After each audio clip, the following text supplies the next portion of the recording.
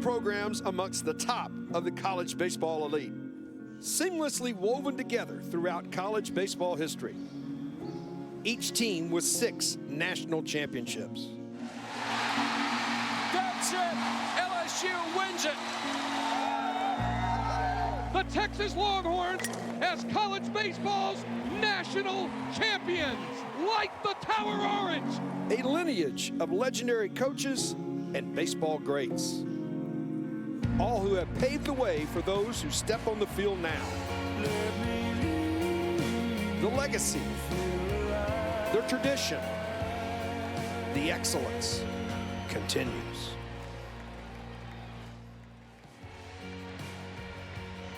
On a damp, cloudy, cool afternoon, but not dampened spirits for these fans, it's round 2 of this heavyweight fight between the LSU Tigers and the Texas Longhorns from UFCU Disch-Falk Field.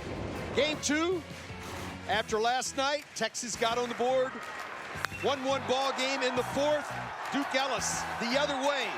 2-run shot, Texas builds a 3-1 lead. Stays there till the 7th, and then Texas gets the offense going. Puts hits together, mistakes lead to a 5 spot in the inning, and Texas cruises to an 8-1 victory. Good afternoon, everybody.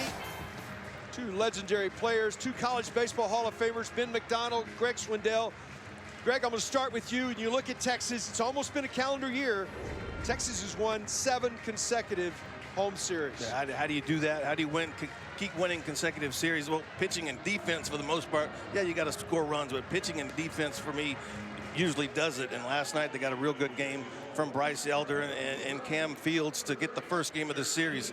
But if you want to win this series against a good LSU team, you got to clean it up a little defensively. Only 1 run last night, and it was unearned. And you look on the other side, folks, LSU, we've been looking at this team. Ben, you've covered them a lot. This is one of the best offensive teams in America, and they struggled last night. No, they really did. I mean, they came in as one of the top producing teams, over 11 runs a game last night. But I tell you, Elder was really good early.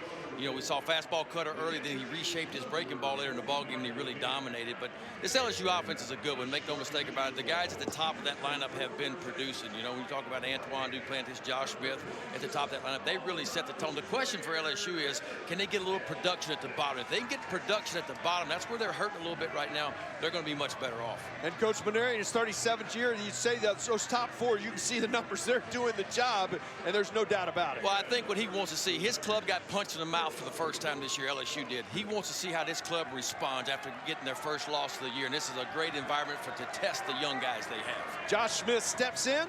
First pitch from Blair Henley, outside for ball 1. Zeke, what can you tell us about Blair? Blair Henley, first thing, you got to throw strikes, and for Blair, it's staying out of the center of the plate. He's got good stuff. Fastball in the low 90s, a really good slider, but he has to find a way to put him away. He hasn't been able to do that. You don't have to strike a guy out. Put him away means make a good pitch when you're ahead and get an out. This is downstairs, and it's 2-1. This is always, in my opinion, the Saturday ball game, such an important game, guys. Just because of the fact is Texas has loved to win this series. This ball fading away. Kennedy foul down the left field line. And on the other side, if you're LSU, hey, you get one today, all of a sudden you push this game to a finale at 1-1. Yeah, you got a chance, you know, and Paul Maneri saved some of his better relievers. You know, he threw some guys yesterday that still get some experience, needed to get a little bit of experience, but he still got the back of that bullpen fresh. So if the freshman Marceau can be good and extend it to that bullpen later on, you win this game too. Anything happens in game 3. Yeah, and they've been really good. These first 2 guys in the lineup, Smith and Watson, they've been outstanding. And as a matter of fact, they've been the only guys that have had production. Tried to check his swing, went around as Henley gets Smith on the strikeout. Well, if that's an indication, that's the pitch right there that Blair Henley last year got a real good feel for. That was more of the curveball right there, but it dropped down the back foot of Josh Smith. A really good pitch to strike him out. You see that is Watson and Smith got all 4 of the hits last night. The rest of the lineup was 0 for 22. Smith steps in here. Made an outstanding catch too last night, did Smith in right center field. Yeah, watch. You know, he can go get it. He can go get it. Former shortstop out of high school in Louisiana, moved to the outfield. On the ground, the young freshman across the diamond. And you just see this ball leaves the bat. Zach Watson, he was playing in left center field. This ball gets off the bat.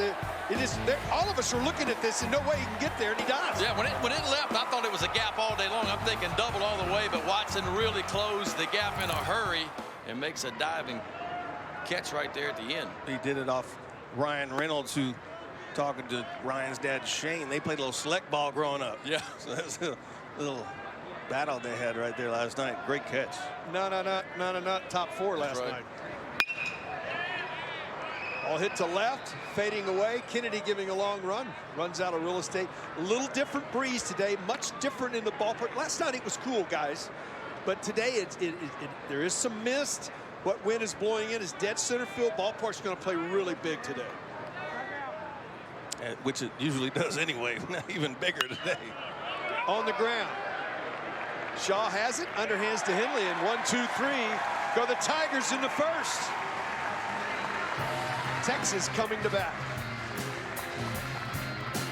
Always teaching if you're a head coach. And David Pierce teaching Tate Shaw, who hasn't played a whole lot of first base, a little bit about taking the throw right there. And here's the lineup for Coach Pierce in his 3rd year as a head coach. And I tell you what, the guy who jumps off the page, Zeke, for me, is Ryan Reynolds. Well, Ryan, he's leading the team in hitting. He's seeing the ball this year. I asked you about the glasses. Well, he usually wears contacts, but now those glasses, he's definitely seeing the ball. He's going to have to see the ball today off a talented freshman.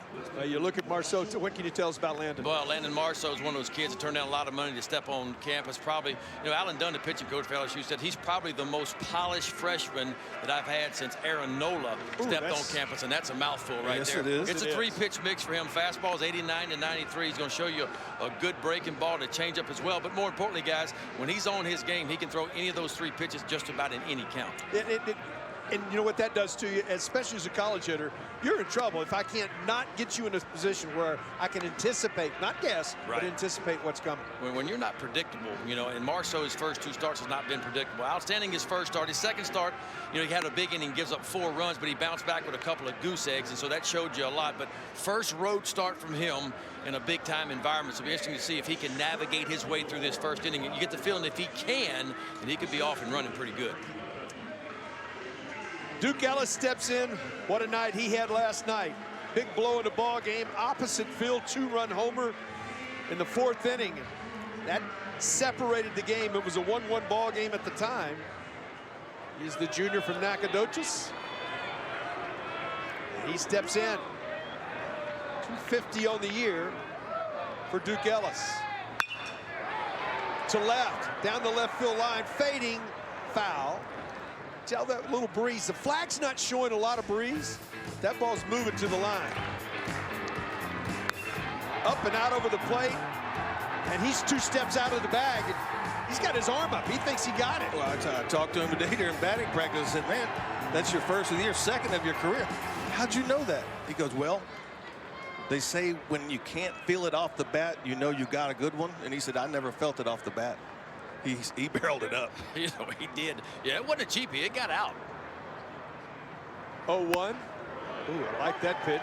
Inside corner. That's what Marceau will do. As a freshman, he's not afraid to throw inside. He'll throw inside for strikes. He'll paint that inside corner. He's really good to his glove side. That came back a little bit, too.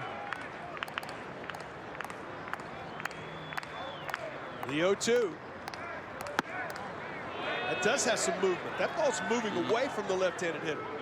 That's one thing, as a freshman, you sit over there and you're like, man, we came in. Texas wasn't hitting the ball very good, but they got 11 hits last night, scored a lot of runs, and I'm going to have to be on top of my game. This is a pretty good hitting team. Tied him up inside again, and it's 1-2. All right, guys, both of you starting pitchers in college, starting pitchers at the next level as well. You come out, you start a game. What are the emotions you go through when you start a ball game, especially on the road? Start with you, Zeke. Well, you get out there and you know you have your good stuff. Sometimes you don't. I've left the bullpen after 5 minutes because it can't get any worse. Maybe it'll get better on the mound. But once you hit that mound, a key for me was strike 1. If I got the ball over the plate, and obviously Marceau can spot it up. It kind of relaxed me a little bit, but it was a fun feeling. I like pitching on the road more than home just because you can quieten the crowd. I mean, if you're on top of your game, you don't let the crowd into the game. Right, but on the backside of that, did y'all either, I'm going to go with you, Ben, did you say I'm going to go out and have a game plan? I'm going to establish my fastball. I'm going to establish my breaking ball. Was there a game plan that you had? Well, I always tried to establish my fastball because I felt like that's what gave me my rhythm was my fastball. And I felt like if I could spot the fastball up the breaking ball and change up and other pitches would come along the way. Again, the first inning was always a struggle for me, and I think it is for a lot of starting pitchers because, again, what you have in that bullpen doesn't necessarily translate to the game, man. You can't duplicate that adrenaline flow when the batter steps in the box. You haven't been on this mound. You're in the bullpen. You're surrounded by a couple walls. Now you get out here in the middle of stuff. Yeah. In a new environment. Already Duke Ellis with 8 pitches. He's seen 9 in this is the 9th coming and the 35th that he's seen in 6 plate appearances in this series.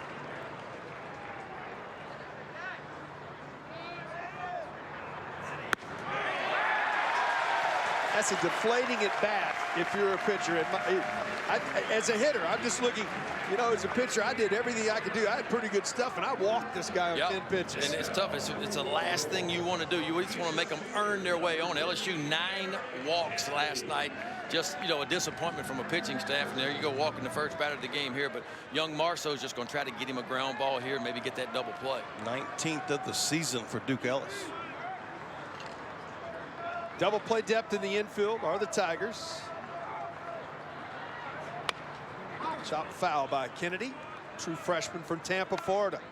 You know, we saw one of those stats late in the ball game last night. Texas had fouled off 32 pitches, and LSU had only fouled off 4. Texas, and you mentioned, came in hitting 269 last night, and all of a sudden they really spoiled a lot of tough pitches for this LSU staff. Eventually worked him into some base hits and some walks. Yeah, keeping at bats alive is so important.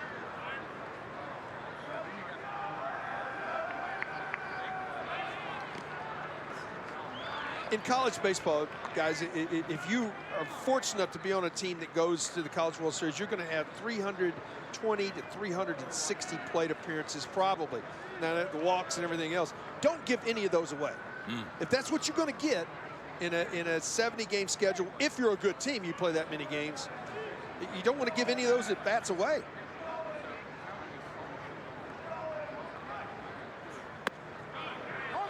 Outside corner. Wow. That looked off. I mean, Brock Mathis, the LSU catcher, had rocked to the outside corner. He warned it out there, said, give it to me out here. You see him sitting about 6 inches off the outside corner. That ball tailed another 6 inches off the outside corner. So, but you guys know how it is in college ball. If the catcher puts the mitt there a lot of times, you may get that call. If you show that umpire, you can hit the glove consistently. I got to throw it again out there. Ellis back in safely. If he's going to call that one, now the hitter knows it. I got to go right back out to it. If you could take that 2-seam fastball, looked like it was, he kind of sunk it down and away. Because even if you get a bat on it, you think it's going to create a ground ball, which is really what you're looking for. You're not going to hit it with any authority.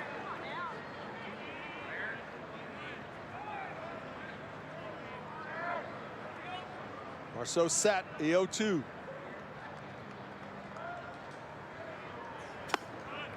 Almost a pitch out. And it's 1-2. And Marceau a little bit better at holding runners. Zach Cass, we talked about it last night, 6'6", 6'7". Long. Took him a long time to deliver that ball to home plate, 1-5, 1-6. And you saw Texas racked up some stolen bases. But Marceau a little bit shorter, 6 foot, got a little slide step he'll mix in occasionally. You see him hold the ball in that stretch position.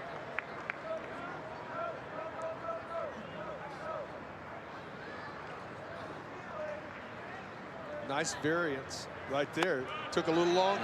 Sometimes he comes set and calm. There's a lot of way to hold runners. That's right.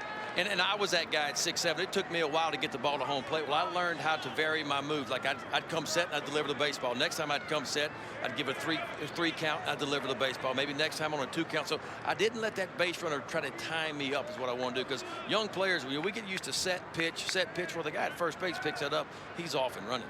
You don't always have to throw over.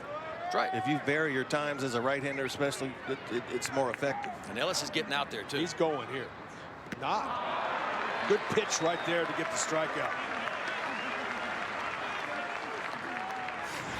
Yeah, Marceau's got some good off-speed pitches. Works the count, he gets ahead. That just looked like a changeup. Boy, he really turned that one over and had it dive down and away from Kennedy for that first out here in the bottom of the first inning.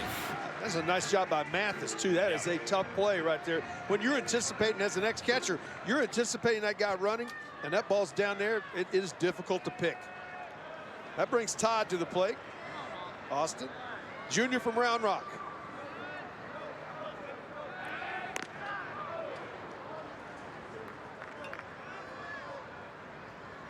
Off to a great start in his junior campaign. Walked 3 times last night.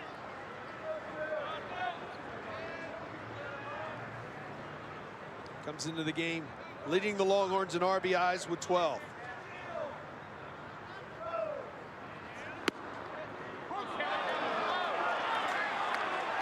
Bottom of the zone, gets the call.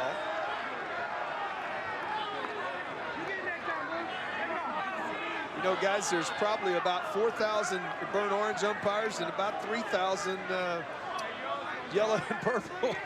Just about half the crowd. Or gold and purple. Doesn't like it.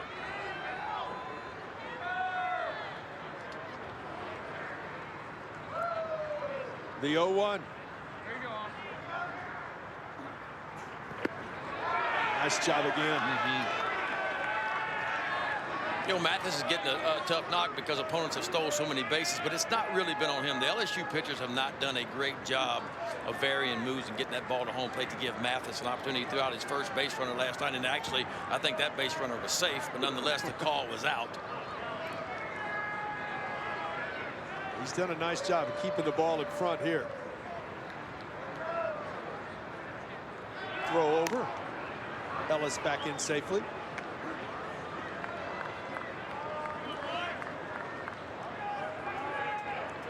On the season, Ellis is 3 for 3 in the stolen base department.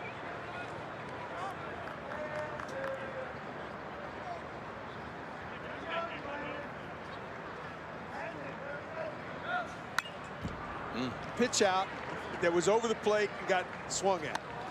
That is a helpless feeling as a catcher. Yeah, you can clearly see Brock Mathis had stepped up and walked to the opposite batter's box wanting that pitch out. Marceau did not quite get it all the way out there. Or far enough out, I should say. It was good enough that Austin Todd swung and fouled it off.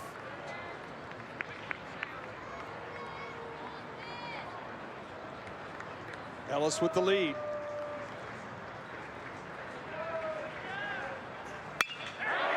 Hit well to left. Nice running catch to put it away by Cabrera. That was a nice move. Got a good jump. Able to run it down. Yeah, a little bit too good of a pitch right there. That ball's in the center of the plate on a 1-2 count.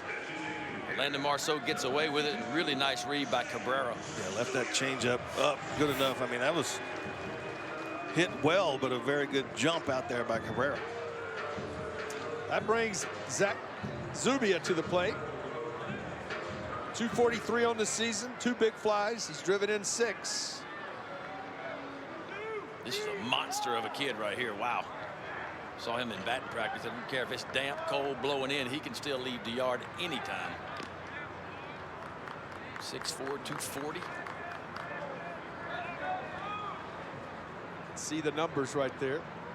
It's been much better as of late, though.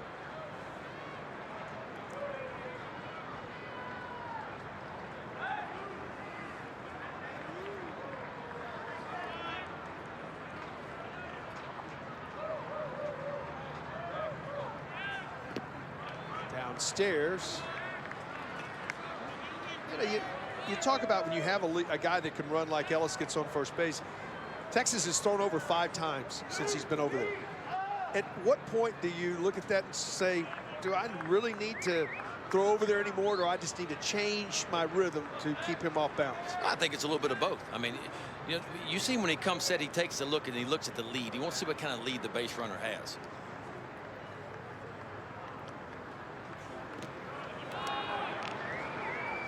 Always used to use the cut of the grass, and I felt like if a base runner's foot was getting to that cut of the grass on a regular field, that's a pretty big lead. And as I came up in my stretch position, I would check that runner. If I'd see him inch and get another quick step on me, I knew at that point I had a chance to pick him. Also, it's going to be a quick move over to first base. If his lead stayed the same, maybe I just would vary my move and deliver the ball.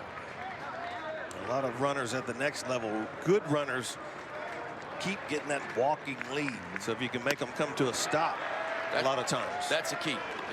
As a pitcher, that's what I wanted as a catch. Don't let him walk on me. And you see, I'd reach at a pitcher, throwing it back. Just don't let him walk. Always get him stopped, and then give me a chance. A guy at second base, do not let him continue to inch towards third base on you. If you let him keep going and deliver the baseball, he's going to take the bag. Make him come to a stop, because the more he sits there and his feet plant in the ground, the less likely he is to run.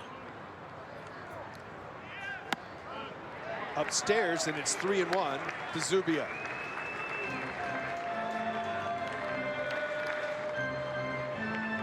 Zubia allows the ball to get deeper, guys. Doesn't go after it. That's when, and uses the center of the field, as he's got that power, guys. He can go out of here to the big parts of the park. Ellis should be running here 3-1. Yeah, see, he's got a big lead. He's almost got 2 feet out on the green now. Upstairs, ball 4. Second walk of the inning issued by Marceau. Tiger pitching last night, walked a lot. Eventually it caught up with him. Let's see if the freshman can wiggle out of this one right here. Put himself in a jam, see if he can get himself out. Ryan Reynolds, the switch hitter from Sugar Land. He's a junior. Off to a fantastic start on the year for Reynolds. 16 for 40 this season, 6 extra base hits. He's driven in 7.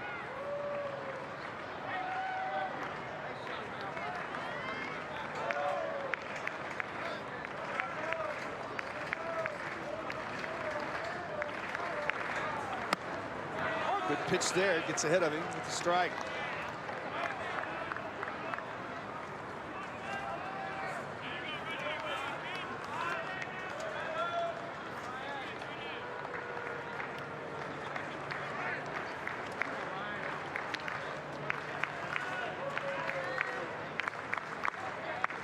Long pause and look in here.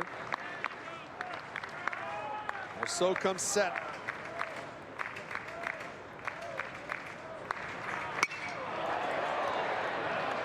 Playable to right.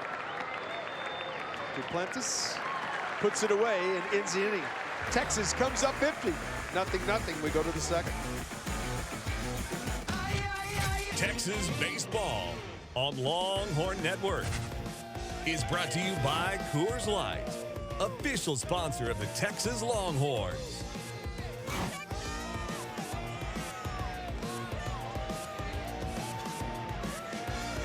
Well, another magical day at the ballpark here. An electric crowd before the game. They were tailgating all over the place. Comal Street was full.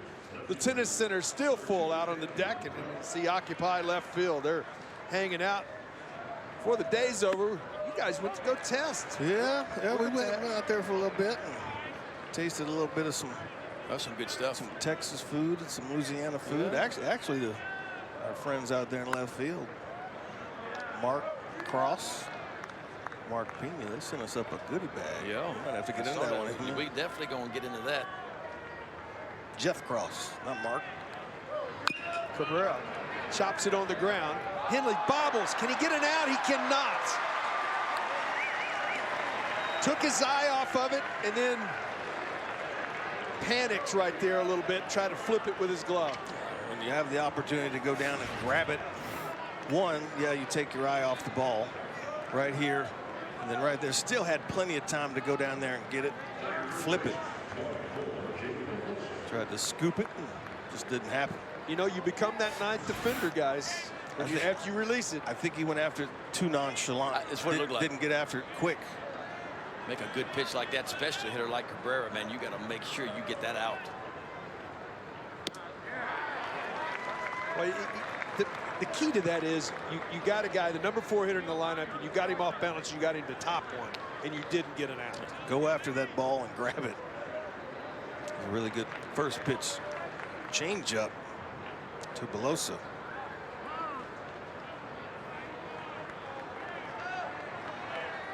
Cade's got some pop. Yeah, he does. I mean, Louisiana High School Gatorade Player of the Year last year. Big time pop in his bat. Out in front of that one. Back-to-back off-speed pitches. Beloso shaking his head a little bit. Good location for those off-speed pitches. Henley's MO early is he's had trouble, Zeke, putting people away once he's gotten ahead of them like this. Yeah, the first inning was the different Blair. He made pitches. Could be the atmosphere that's out here today, but only threw 10 pitches in the first inning and threw the ball well.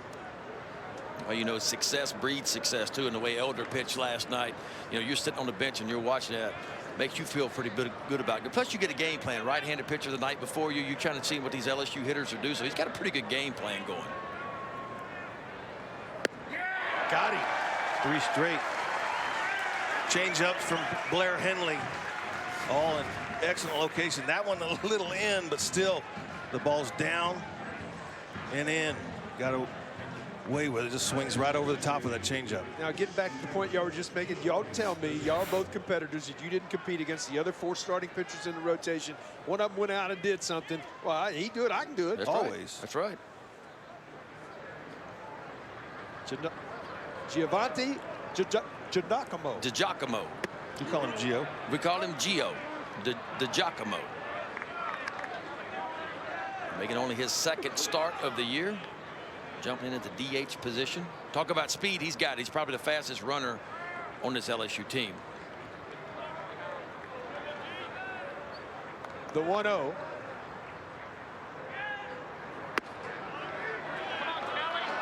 This is outside. Hitters count coming.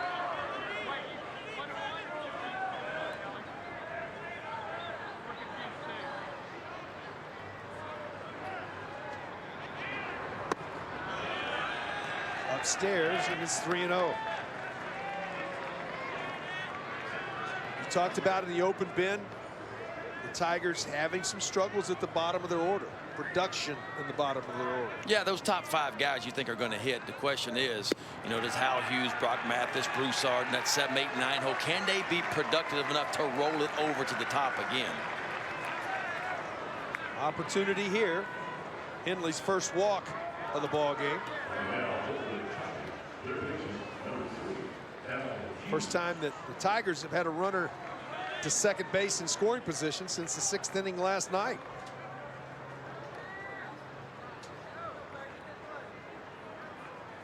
Hal Hughes, sophomore from Norman, steps in.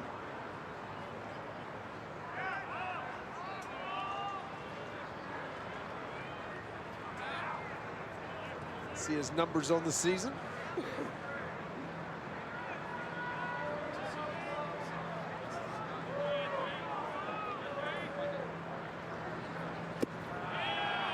Ken does a nice job keeping that in front. It's always good to have a guy playing in the infield that's a coach's son. Hal Hughes has been around the game of baseball since forever. You sort of know Mike yourself, don't you? Yeah. Right there. Head coach at Ole Miss. His son Drew is a freshman.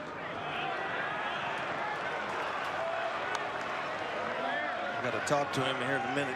I think you get the big strikeout after you made the error, and now you can't get the ball over the plate 6 straight. Yeah, that's what I was concerned about the Beloso at bat, because you make an error as a pitcher, sometimes you lose your concentration. But he made 3 outstanding pitches to Beloso, punched him out on 3 straight off-speed pitches, and then walks Gio, and Hal Hughes up 2-0 here.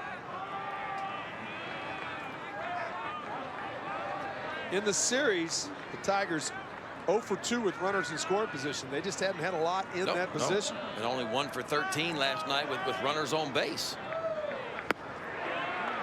And that's not been LSU. I mean, throughout the season offensively, they are one of the best in the country. Runners in scoring position, runners on base. But just last night, it wasn't happening. I mean, Elder was just too good. They've been really good with runners in scoring position with 2 outs. The 2-1 to Hughes. There go the runners. Little hit and run right there. Aggressive. Sometimes you got to ignite the offense. Especially down at the bottom. We talked about the struggles down at the bottom. If you look at it, Hal Hughes hitting 257, Brock Mathis, the catcher's hitting 120, Brant Broussard's hitting 217. That's your 7, 8, and 9 hole hitters. And you're right. Sometimes as a coach, you make them swing the bat. You get them in a situation where you think they're going to get a fastball. You put the hit and run on. You say, I want you to swing the bat. I want you to try to hit me a ground ball to the right side. Big pitch here, 2-2. That's a good breaking ball. Third strikeout for Henley. That's the one. He's the breaking balls when he's ahead or once the out have been good. It's the one early in counts that haven't been too good. But this one right here just drops out of the zone. Brings Brock Mathis to the plate. The hit and run was put on with Henley struggling with his command. You get a 2-1 count. He just throws you a strike. You expect him to throw another one, and he was out of the zone. You have to swing the bat, and he fouled it off. So catching a break and then making a real good pitch to strike him out. Sophomore from Fairfield, Ohio. Ahead in the count here, 1-0. Gets the inside corner. That was generous. Yeah, it's been a pretty big zone so far. Kelly Nutt, the home plate umpire, you saw him off the plate with a few of them for both teams. Now just off the inside corner for a strike. 1-1. Cued foul. And a pitch away from pitching out of this jam. I really believe that Marceau has got to feel good getting out of the first. Henley here, this is going to be big to get out of this because he created this mess himself. Well, you never want to get yourself in a mess. You never want to have runners on base. But I always felt like, for me, the more I got myself in that mess and I was able to navigate through it without giving up a run, my confidence level would grow. So when you get yourself in that situation again, you don't hit the panic button. You say, I've been here before. I've done this before. Now what am I going to have to do to execute this game plan to make it happen? Hit well to left. Kennedy, though, playable, has it, and the inning over. LSU threatens in the second, comes up empty. We're still tied. Warren Morris hits a deep drive down the right field line. That ball is gone!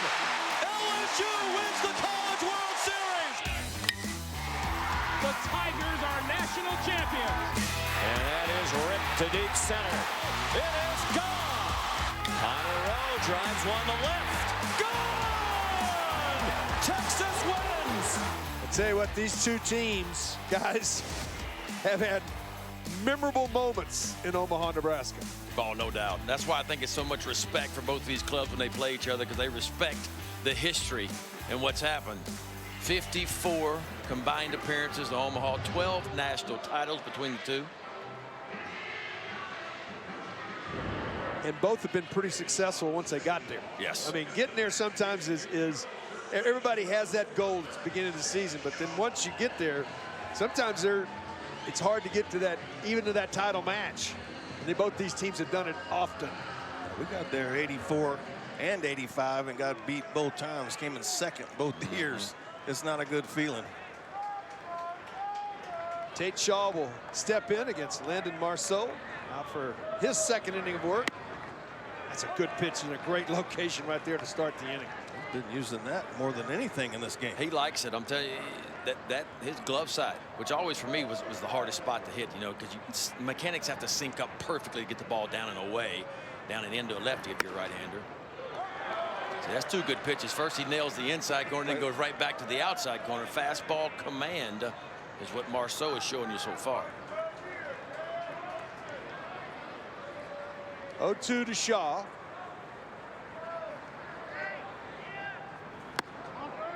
Hit him. That hit him. So leadoff base runner for Texas. You just see it get part of his sleeve right here as he turns to the inside and just nicked it. That's right. Uniform is part of it, part of the body. Marceau tried to come back in on an 0-2 count, tried to get that one a little bit too far in. Yeah, I mean, that's been his bread and butter today, that inside half. But Tate Shaw is not afraid to get out of the way of a baseball. Michael McCann steps in. Michael, over 300 on the year, with a senior from Round Rock. Longhorns again, leadoff base runners. They've been getting them on. That's the 5th time in this series already the leadoff batter has reached base.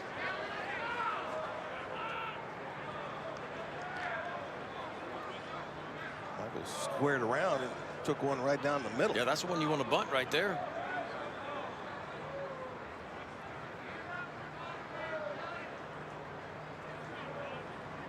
Set in the 0-1. Out in front of the plate. They're going to call that a foul ball. That could be a break for LSU, in my opinion. Just because of the fact you were not going to get the out at second. No. The only out was going to be at first base. I don't understand that was foul. I don't, unless it somehow hit the batter's foot or something before, but I didn't Because see he caught that. it before it came back down on the ground. It bounces off the plate. It might have got him on the way up. It might have got Michael McCann on the bounce Couldn't really up. tell from that angle, but that might be what happened. Definitely hit the plate and shot up.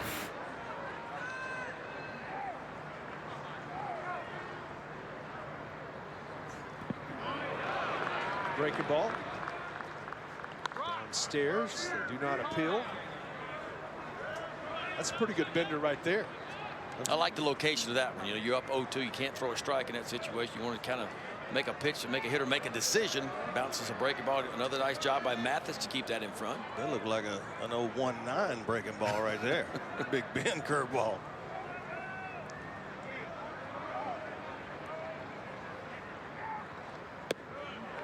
And the count's back to even now at 2-2.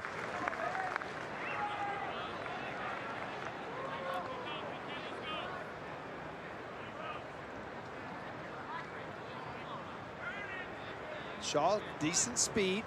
Not a big lead so far, though.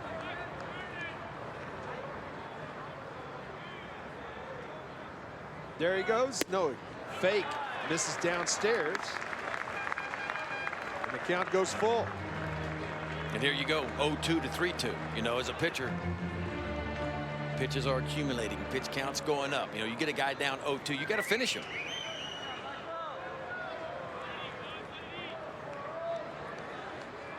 Try to be too fine. And right now, with the zone we've seen, you really don't have to throw it over the plate. There goes Shaw. Pitches upstairs. 4th free pass issued by Marceau. 3 walks and a hit batter, and Texas has something going with nobody out. I think so much emphasis at the big league level and in college now is about swinging and missing. It's okay to hit bats. Yes. That's what the young pitchers have to. It's okay. If you can get 2 ground balls and a pop-up and throw 10 pitches, what's wrong with that? You'll pitch deeper in the ball game. Thank you. And that's your goal, you know. But I think a lot of times we want swing and misses. We want strikeouts. We want to dominate the game. But, hey, if I can get me a couple of ground balls and a little pop-up, I'm the happiest guy in the world. Yeah, but you and I both, we wanted them strikeouts, too, when we were in college. Yeah, we wanted them.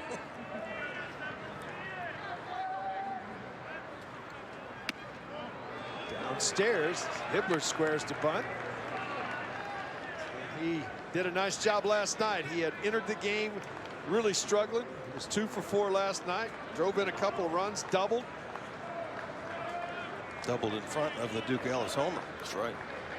Came in hitting 083 last night. Bingo. He's a better offensive player than that. Yeah. He was just off to a tough start. Senior from Cyprus.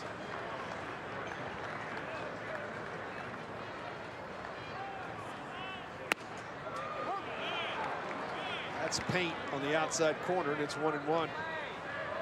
That's what I always thought in this situation where a bunter is trying to bunt it to third.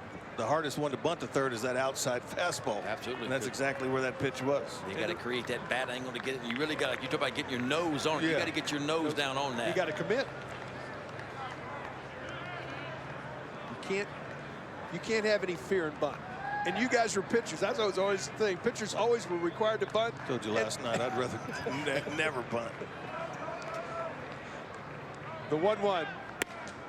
And I never met one of you that really wanted to get in there when the other guy was throwing 93. No. And put your nose in. Not with that fuzz coming, a little move. Y'all were starting to back away, and that bat's out in front of you. That's when you like to have them long arms. You can just kind of reach over there and do it. Oh. But y'all wanted to hit when it was your turn to hit. I was always afraid with my speed or lack thereof, that they were going to double me up every time. Pressure to get that perfect bunt down, huh? Hitters count here. Still nobody out in the inning. I still got to put it down.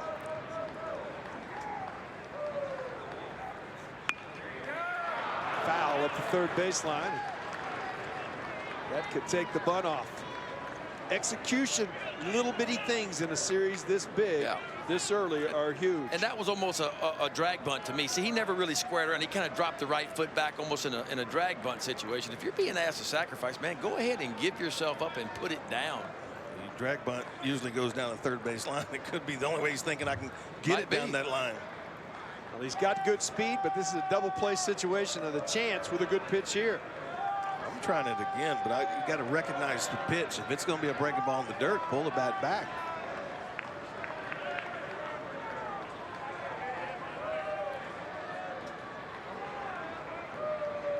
The 2-2 upstairs, and the count goes full. Different mound, different location, Ben. You can almost see some of these LSU pitchers.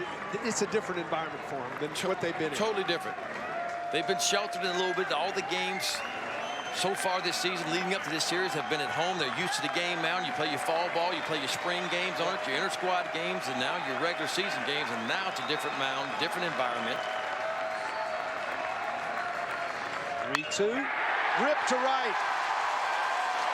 Shaw will be held at third, and the Longhorns have him loaded.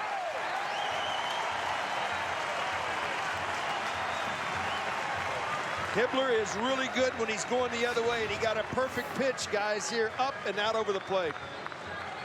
The fastball, you see the count. He works the count, tried to get the bunt down, couldn't do it. He gets the fastball out over the plate. You're exactly right.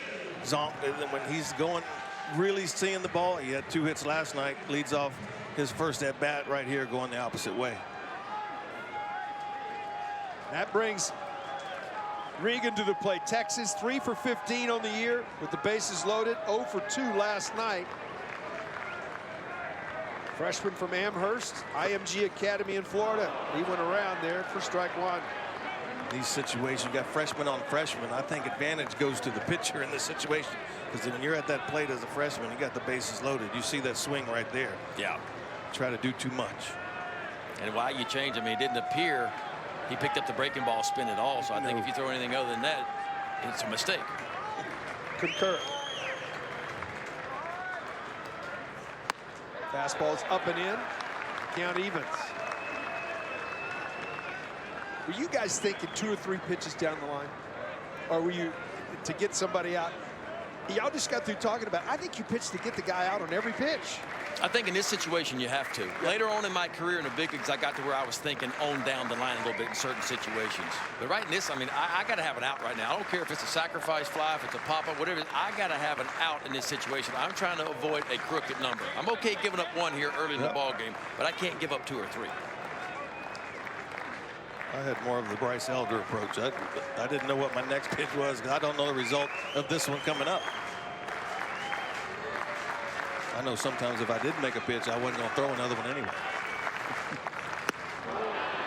Got it by him. Duke Ellis in the on-deck circle. All he did last night was go opposite field homer. Yeah. 1-2 to Regan. There's a fastball right down the middle right there. He just swung through.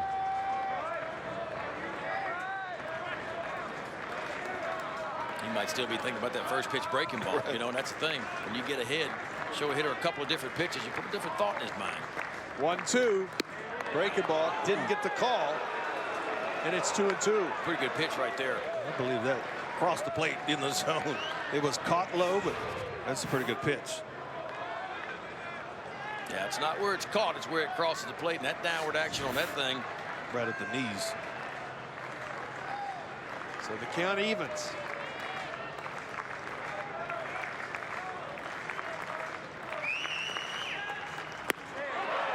Frozing back-to-back breaking balls. The second one freezing for the strikeout. Second of the ball game for Marceau. For Regan, came in his freshman year switch hitting.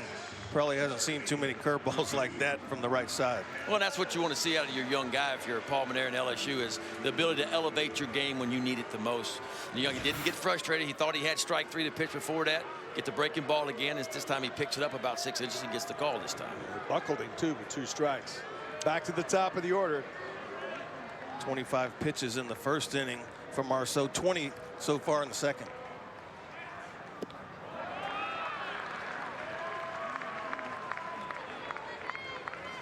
He's just taking so many pitches. Just see that's getting deep. That's deep at bats. I mean, that's perfect. You see that many pitches in at bat, you've probably seen every pitch per at bat that a pitcher has. The other part of that, if I'm smart, and when I hit, I was watching. I wasn't in there getting a drink, doing whatever. I'm watching that release point and seeing what that guy's doing. If I'm 2 batters down the line. Texas has that chart in their dugout. We always thought it was how you did in your at bat. We eventually learned is how well you saw the ball in that at bat. The 1-0 to Ellis. Good changeup. Well, that is a really good pitch. That arm speed is great with that. He doesn't give anything away. It comes out of the same slot. Changeup, fastball. There's that chart you were talking about. First inning. I'd take that on my report card right there. Are you kidding me? I'd be ecstatic about that. I don't know. Well, I don't know what that. What's that one right there at the top? I don't know what that number is. Now that second one, it said C. I got that one. 1-1 to Ellis.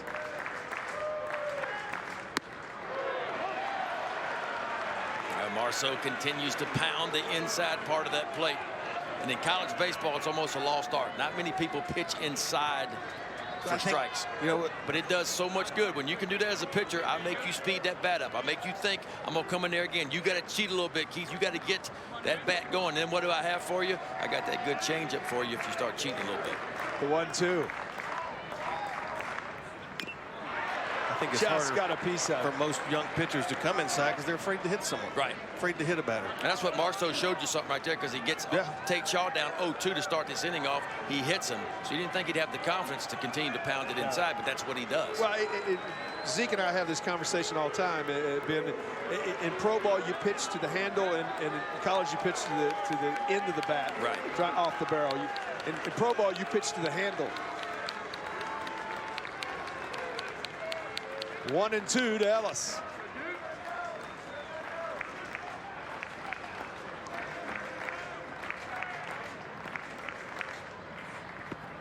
Nice job, Mathis again. That's a big time play. That's like driving in a run.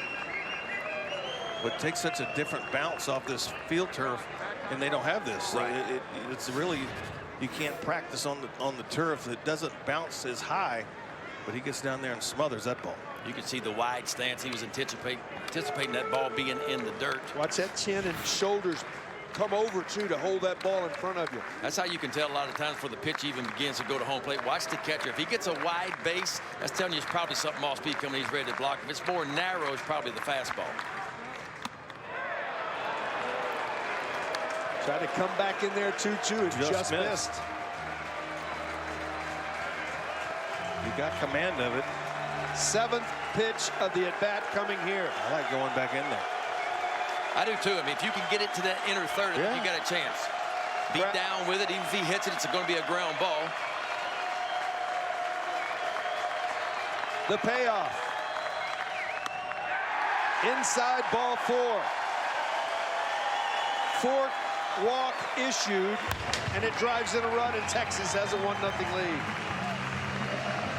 Well, this is kind of what it's been for Texas in this series. I mean, we talked about all the foul balls, fighting off some pitches. That 1-2 breaking ball was an outstanding one. Duke Ellis fights it off. He gets just another piece of it. He stays alive, and you get a couple of more pitches, and all of a sudden it's an RBI walk. And this is a perfect example of what Texas has done. To me, what I've seen, a really good job. Again, a team that was hitting 269 coming in, but they had the ability last night and again so far tonight to take a lot of close pitches, extended bats, and all of a sudden make something happen.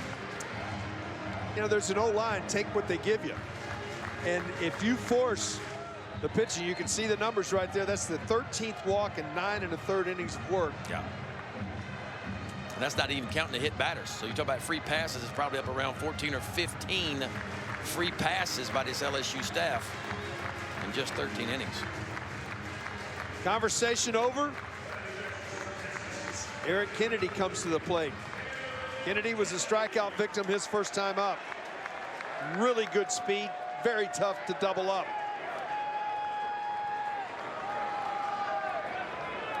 Straight away in the outfield, double play depth in the infield.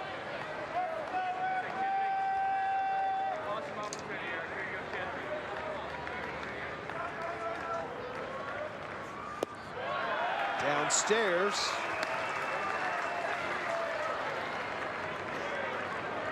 Good hitters count here, where you can really zone out right now. I think if you're Marshall and you can throw a two-seam fastball down and away in this situation, that's where you go with it. You want him to hit it, but hit it on the ground. Maybe you get a little 4-6-3 action.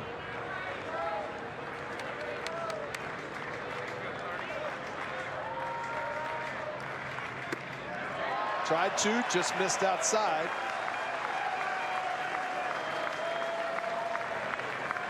I'll come out of my shoes right here. Yeah. I'm looking something right over the middle. Stay in the middle of the diamond, though. If you can come out of your shoes, but stay in the middle of the diamond as a hitter. The 2-0.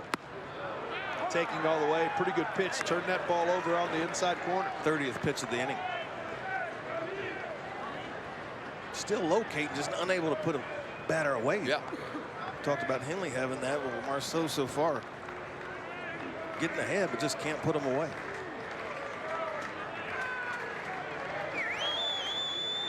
Kennedy digs back in, the 2-1. Ripped into right. That will score 2. It's a 3-0 Texas lead.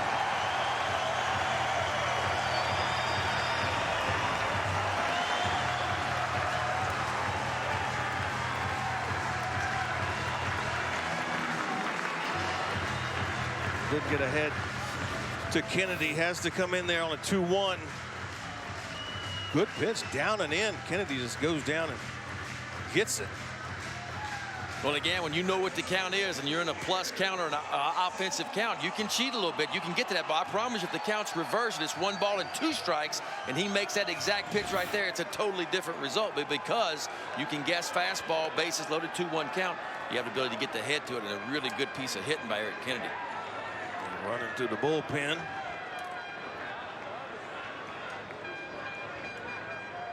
That brings Austin Todd to the plate. Todd lined out to left his first time up. Still only 1 out in the inning. Runners at first and third. Right side, back out of play.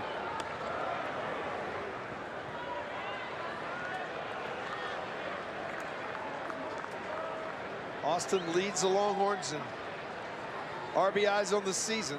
Opportunity here.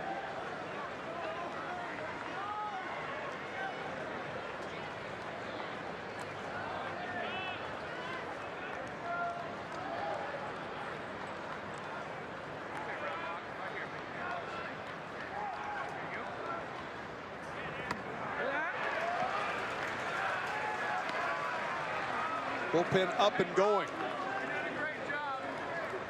Aaron George for the Tigers. Another freshman.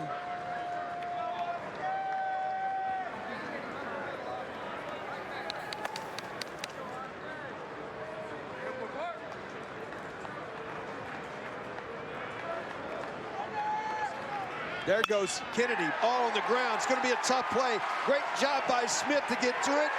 Can't get the out. Outstanding effort. Ellis scores, and it's 4-0 Texas.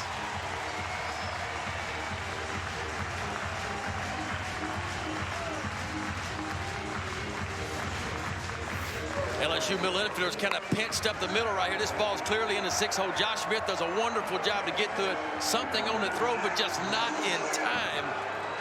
Todd too fast getting down the line. There's that crooked number you talked about. Yep, you get that. The other thing, if you take the last game in Alex Box last year to end the series, and these first 2, Texas has outscored LSU 23-2 in the last 3 ball games. Yeah. That brings Zubia to the plate, and that crooked number 4 spot on the board. Still just 1 out in the inning. There go the runners. Ball in the dirt. This ball gets away. Kennedy rounding third. He's going to try to score. He does.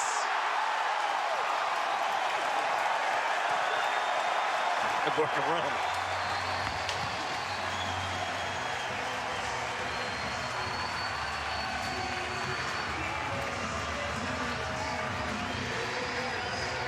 Well, head coach David Pierce being aggressive. We saw it last night. He got a few runs up last night.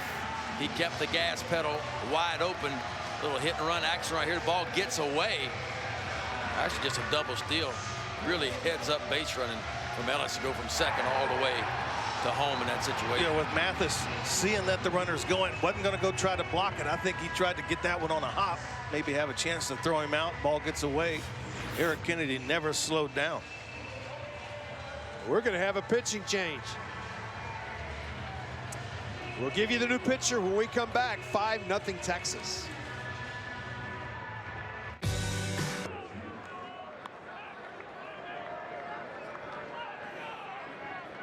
Disch-Falk field, but Longhorn fans right now are not, they're not damp.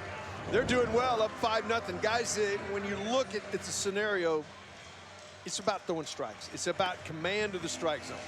Well, I mean, look, 9 walks last night for LSU pitching, 5 free passes today, including that hit by pitch. It's just too many. And on top of that, behind in the count too much, you know. Yep. Plus counts, 2-0 counts, 3-1 counts. And that is a recipe for disaster at any level when you're constantly pitching behind and giving free passes. But give Texas credit, too.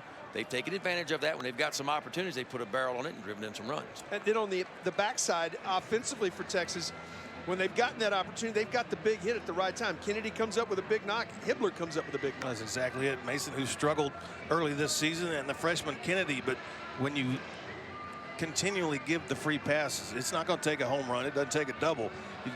3 lousy singles, what Texas has, but the extra base runners has allowed Texas to drive it, get a 5-0 lead. Aaron George is the new right-hander as he comes into the game. He's a 6'5", 235-pound junior from Monroe, Louisiana. And right now, his job is to just try to upright the ship, just try to stop the bleeding right now. Ben. Well, LSU's going to bring the infield in. They're going to try to cut this run off at home plate. Being down 5, you really can't afford to give up another one.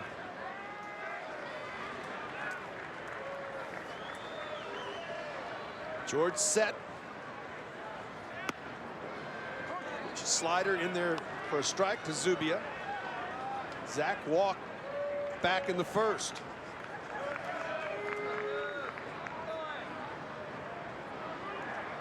Infield up. Trying to cut the run off at the plate. This is when you need a strikeout if you got one. This ball, though, ripped into left. RBI single, 6-0 Texas. Here comes Zubia on his way to second. He's going to get a double.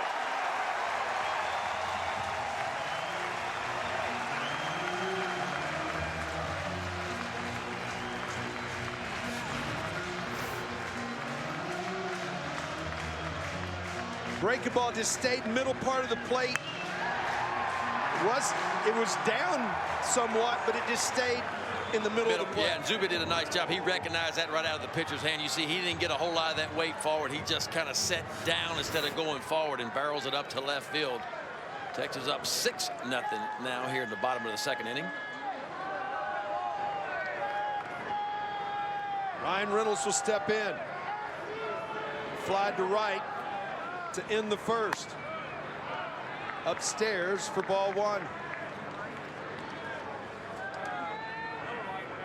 Washita. Washita. That's where Ryan Reynolds went to high school, Washita Christian. Is that right? Aaron George, Washita Christian. High school teammates right here going after it.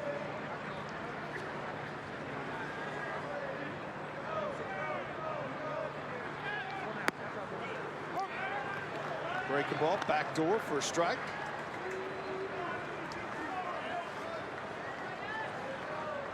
A lot of baseball to be played in this ball game still, so you got to take advantage. If you're Texas, you still have this runner in score position. Add.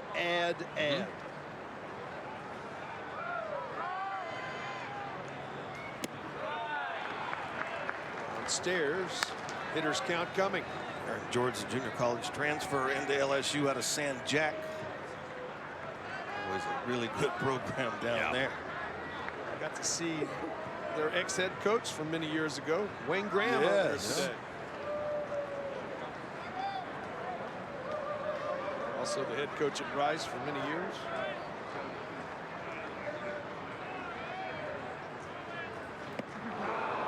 Two-one breaking ball. Reynolds over the top of it.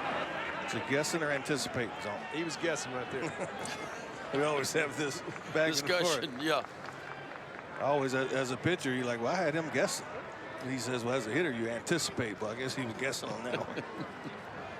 If you hit it on the barrel, you were You anticipated correct. If you miss it by 2 foot, you were guessing, weren't you? Yes. I understand. The 2-2.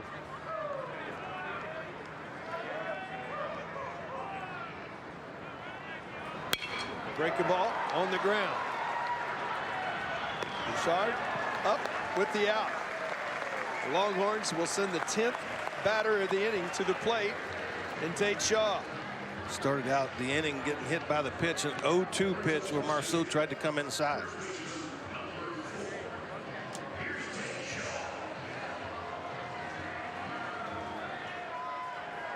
Zuby at third here.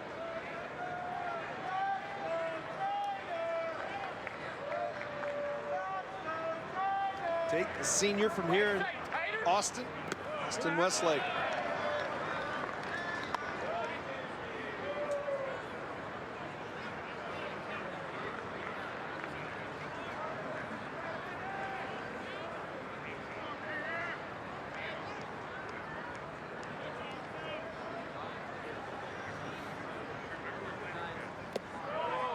Misses with a breaking ball. Hitters count coming here 2-0. But closed on Marceau now. He went an inning and a third, only 3 hits, the 4 walks, 6 runs all earned. Wild pitch hurt him, hit by pitch hurt him. Missed outside, and it's 3-0 to Shaw.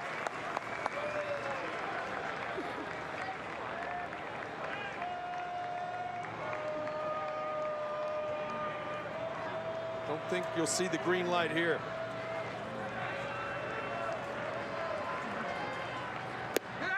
Downstairs, ball 4.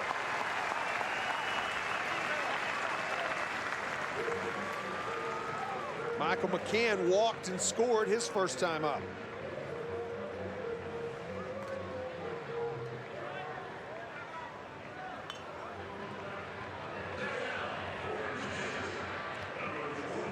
Guys, veterans, those guys that have played a lot. You're right here in a row. Texas has 2 fifth-year seniors back-to-back, and you have a veteran guy in front of that in Zubia. So there's a lot of experience in the middle part of this Texas lineup.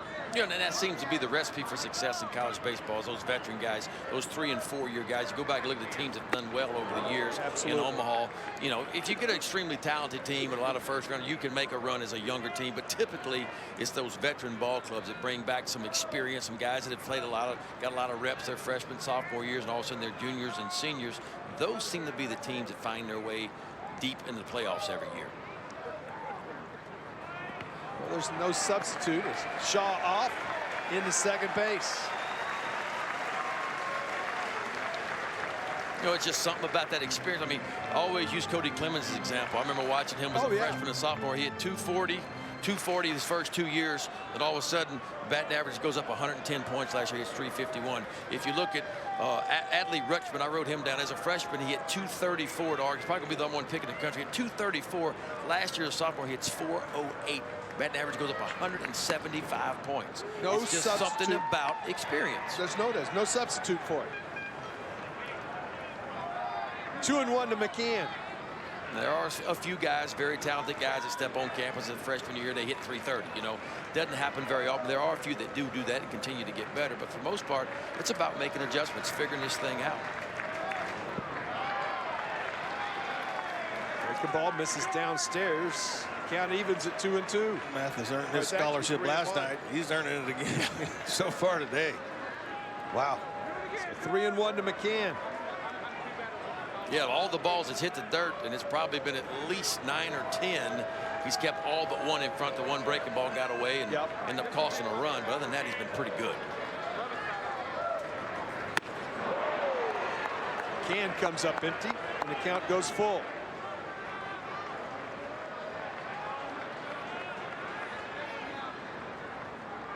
Michael's been good with runners in scoring position all season long. See what happens here, 3-2.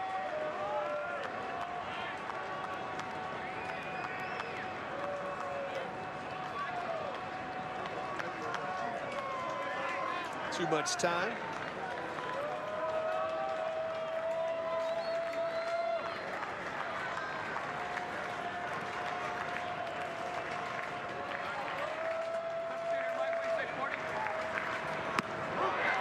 Took it for strike 3 of the inning over. Not before damage done by Texas. They put a 6 spot on the board. Take advantage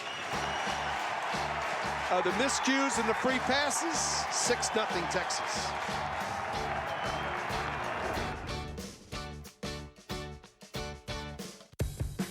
Not only this series, one of the biggest in the country this weekend, but you just look around. How about Clemson and South Carolina?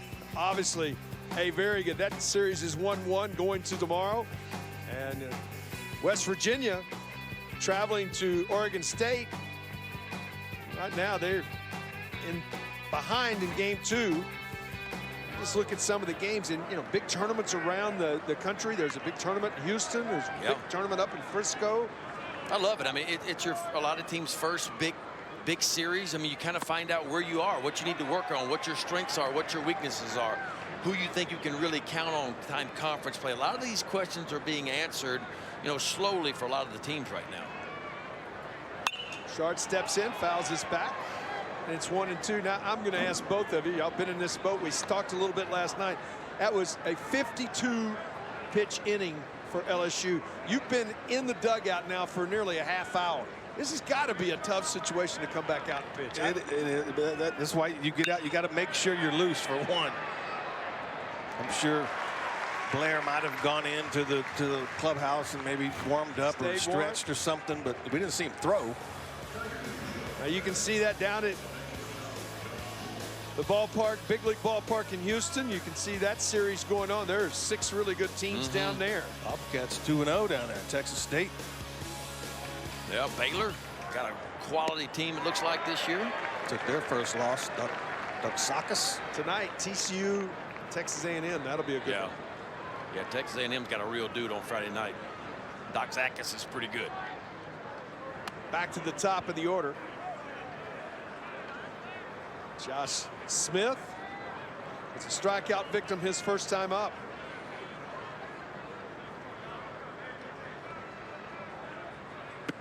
That's a good breaking ball. Yeah, but to answer your question, yeah, it's difficult to sit there for a long time. But you want those runs. I think you say it's not quite as difficult when it's 6-0 versus 0-0. So again, I'm all right. Just keep putting them crooked numbers up. I'll figure out a way to stay loose. It's about as bad as sitting out in the outfield when you're out in the outfield and you're walking everybody going, can't you throw a strike? Get him out of there. I've never heard a pitcher who's getting runs scored for him go, come on, guys, let's make 3 outs. I'm ready to get back out. Yeah, I ain't heard nobody yet say, that's good. That's enough of. I'll take it from here. Maybe the top of the 5th when it's raining. Yeah, hurry up, let's go.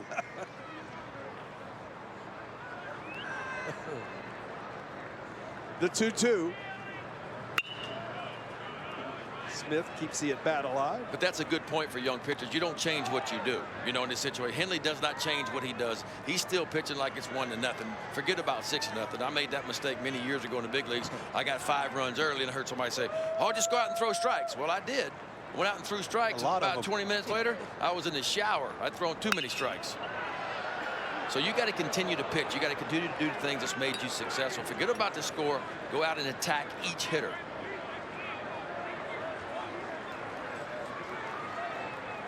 Eighth pitch of the at-bat coming here. Downstairs, and the count goes full.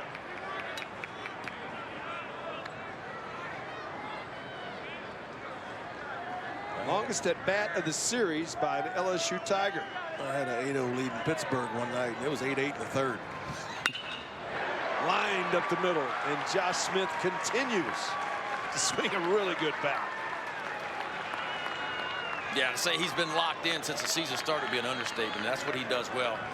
You talk about hitting the ball right back up the middle, hit it where it's staying gap to gap. He does as good as anybody. Inside swing, pulls those hands in, just barrels it right back from whence it came. Reason why he's hitting over 500. And that's a really good approach. Tough league when you go 1 for 2 and your batting average goes down, huh? Yeah. You know you're off to a pretty good start. Tigers have 5 hits in this series so far, all of them by the first 2 hitters in the lineup. And here's the other one, Zach Watson. He steps in. He's 0 for 1 in this one.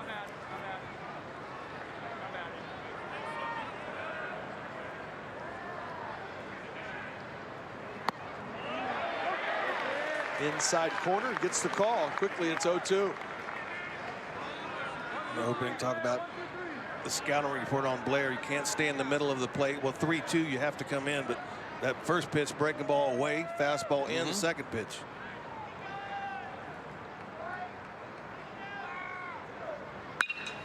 And then hang one right down the middle. Yeah, and that's college pitchers for you right there, right? Just the ability not to stay consistent enough. So he makes 2 perfect pitches. Breaking ball, strike 1, paints the inside corner for strike 2. He couldn't do it any better. And then watch this 0-2 pitch. Supposed to be down. You can see the catcher McCann says, give it to me down low. But instead, it's a hanger right over the plate. And even down 0-2, a hitter like Zach Watson's not going to miss that one. That's what this little conversation is going to be about. Yeah, that's what you talk about. You can't lose focus. No. I know it's 6-0, but forget about it. I need the same mentality for you to attack every time. And I'm probably sure that's what this conversation's about. See some more scores from around the country. This is a good tournament. Sam Houston State Club's a good ball club. Obviously, Texas Tech's good. Nebraska won that game last night. You turn back to today, Nebraska, Sam that was a good one, 11-10. And the other game underway right now already between State and Texas Tech. Those are 2 good baseball teams. Really good teams. Texas Tech was picked by most to win the Big 12 this year. We'll see. At the top of this order has just been dynamite. Smith has hit in all 10 games as he is a 10-game inning streak. And Watson has reached safely in all 10 games. That's setting the table at the top.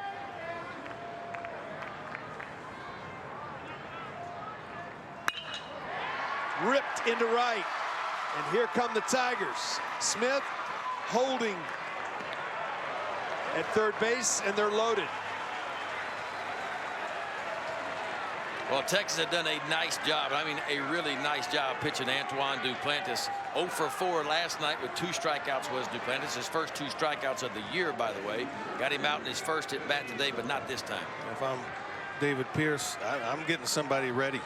I got to get the bullpen up. You got a 6-0 lead. You can't let this game get away from you, which the Tigers can make it happen in a hurry. Yeah, with Cabrera at the plate, you know, he can change the game in one swing right here.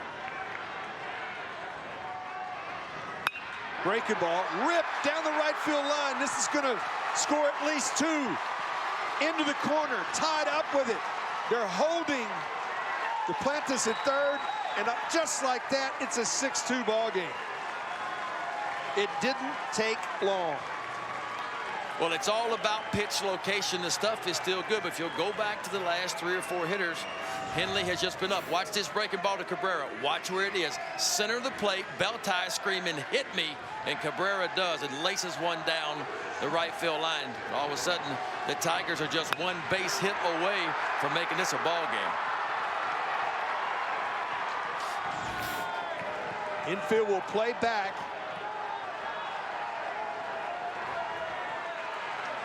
Cabrera did rip that breaking ball. This will get the job done. In the score, the 3rd run of the inning. And it didn't take more than about 2.5 minutes to get this thing to a 6-3 ball game.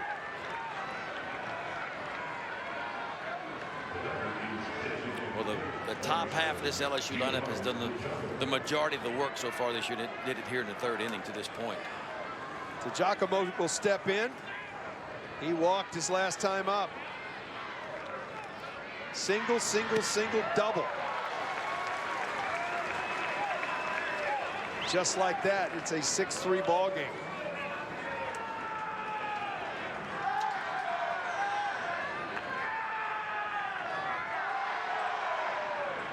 The 0-1. Downstairs, and the count evens. Well, there's no doubt this LSU offense has the firepower to come back. The biggest thing is, can the pitchers, the relief pitchers that are coming up for LSU, can they put up zeros on the scoreboard and shut down this Texas offense to give them a chance? Challenged him. Big swing, came up empty.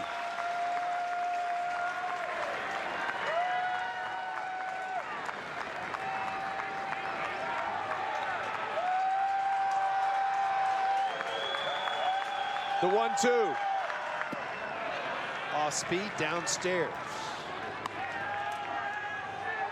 Bullpen up, double barrel action in the Texas bullpen. Ty Madden on the left. Matthew Whalen on the right. Up the third baseline, but foul. That was a break for Texas with the speed, as you were mentioning, Gio. Yeah, Gio get down the line. Drafted out of high school last year, decided to come to LSU. He's already making a turn.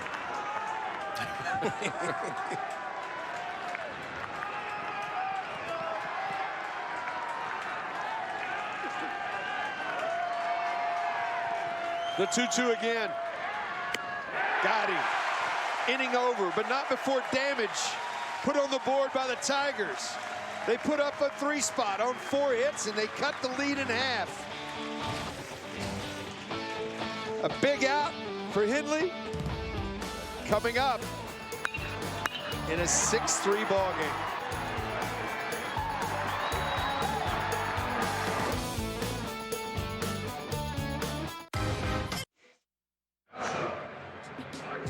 So February 23rd, just before the game between the series started between Texas and LSU. Augie Garrido, Skip Berkman throwing out the first pitch. Both men with 5 titles apiece, guys. Doesn't get any better than that. Couple legends. It was. It was great to see Coach. He looked great right then. And of course, a couple of weeks later, we lost our good friend. Home half for the third, 6-3. Texas out in front. As Hibbler will step in. Here are the coaches at LSU and Texas to win national championships. Coach Falk with a couple, Coach Gus with 2, Augie with 2, and then of course Skip with 5. And they did that in about a 10-year period. Yeah, they came quickly. Once they started to come, they came quickly. Breaking ball to Hibbler in there for a strike.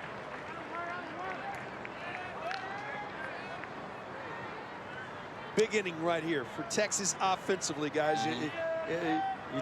You were cruising, you put a 6 spot up, and all of a sudden LSU said, no, we're not going easy. You got to answer here. You got to keep adding if you want to try to come away with a victory. Well, these are the momentum innings right here. You're right. Texas had all the momentum. LSU stole some of that back, so it's huge for Texas. If they could put another run on the board, they get all that momentum back. If LSU finds a way to put a 0 up, look out. They get back in the dugout. That offense is feeling pretty good about themselves. That's why for LSU, the most important player right now is the pitcher and the pitching staff, Aaron George. Can they continue to put up the zeros to give the offense a chance? Did he go around? He did not. And the count evens. Watch the barrel of this bat. I got to tell you guys, in my opinion, he swung the bat. I'm a hitter. Going up at the right. It's not your hands and all the things. If that barrel crosses the plate, I swung. The 2-2. Laid off, it was downstairs. Another 3-2 count. There we go.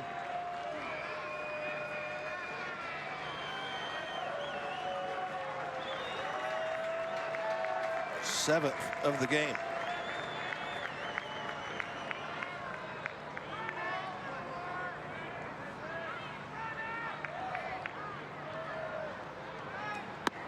Upstairs, ball 4. No defense for the base on balls. Well, if you see it continue out, Coach Maneri, I'm sure, will get that bullpen going. Like we said, he saved some arms down there yesterday. He's going to have to keep this game where it is right now. Yeah, I agree with that. I think it's time for him to come with some better arms. There's some better arms down there. Typically, guys that throw a few more strikes. Yeah, it's just the third inning, but if Texas scores any more runs, I know they got a great offense, but you chased a lot last night. You don't want to be chasing a lot again today. Regan steps in. Guys, this is the 7th straight inning that an LSU pitcher has walked about it. Yeah, look. That's 7 straight innings. Go back to last night, that's 7 straight. Well, they came in with 46 walks on the season. That's worse than the SEC. 14 teams in the SEC. That's the most out of anybody, and it's a concern. 1-0 in there, and count evens. Because what you heard about LSU in the preseason was it's a different pitching staff. It's a stronger staff. There's a lot of arms. You know, LSU's got a chance this year. Well, it hadn't showed up yet. You could come in with a team ERA above 5. You got 46 walks coming in.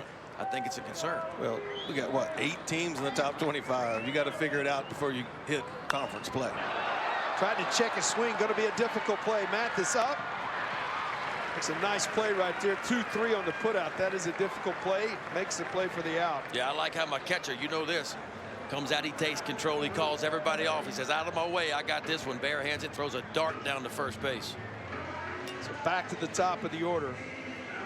Your catcher is so important. The catcher's got to be there. Watch Mathis here. Swing and bunt, just kind of a check swing. Watch Mathis. He comes out quickly. Watch this. Get everybody out of my way. I got this. I'm the captain of the infield here. I like him going down with glove and hand. Yes. Back to the top of the order. Ellis, he's done his job again in that leadoff spot. He's reached twice via the walk, scored once. Hibbler with excellent speed out at second base. Breaking ball. George in there for a strike. 3rd consecutive inning, Texas got the leadoff guy on. You know, as a pitcher, I always felt like the first guy of every inning was the most important one. Because if I got the first guy out, the chance of the other team scoring, the percentages goes way down from there. That's why the warm-up pitches matter. When you go out every time as a young pitcher, make your warm-up pitches count, because that first batter you face in that inning, he's going to be the most important one. They talk about stressful pitches. When you can consistently pitching with runners on base, they're all stressful. Yeah, you know this is a big difference in throwing 100 pitches when I'm cruising and 100 when I'm always humping because somebody's in scoring position. It's totally different. You can see, transferred in. Dead. Teammate of yours, Zeke. Right there, 0-1. Robert.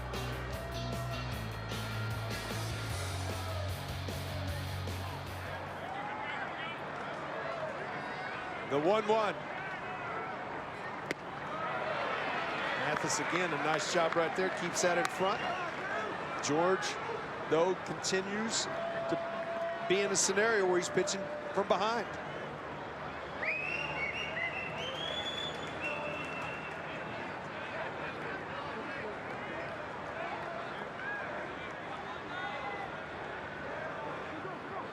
Eighth plate appearance in the series so far for Ellis. This is the 46th pitch that he will see.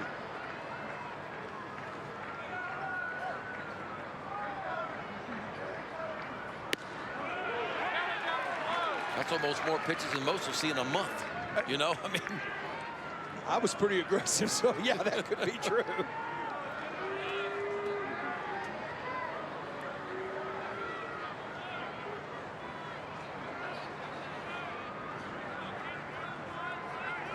Two-two coming here. Well, it's a perfect leadoff hitter. I mean, the batting average is not great. You'd like to see it better, but look at the on base percentage, 520 on base. He's a pitch away from reaching 3 times in this one right now. He just got his 19th walk of the season. Leads the Big 12 by plenty. Yeah. He's reached in his last 5 plate appearances. Homer, walk, single, walk, walk. That's pretty good. Setting the table.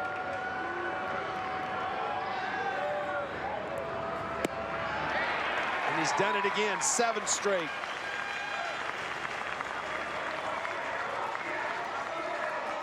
Three at-bats, 3 innings, 3 walks.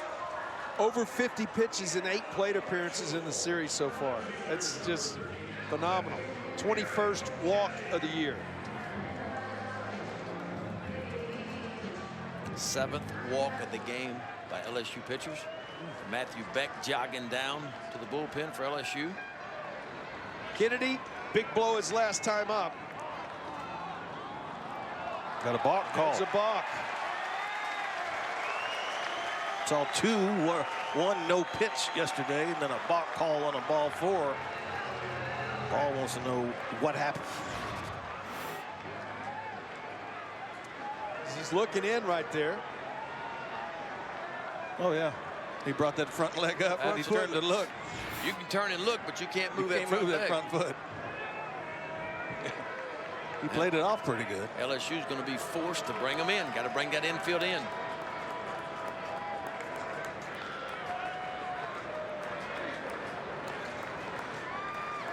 George comes set. First pitch to Kennedy. Good breaking ball, backdoor for strike 1. Eric, 1 for 2. Couple of ribbies, scored a run, stole a base.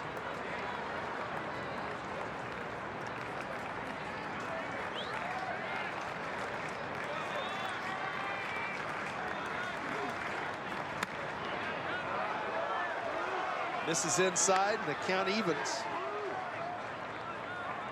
Here's Mr. Beck getting loose. The arm gets through there pretty good. Big kid, 6'6", 6'7".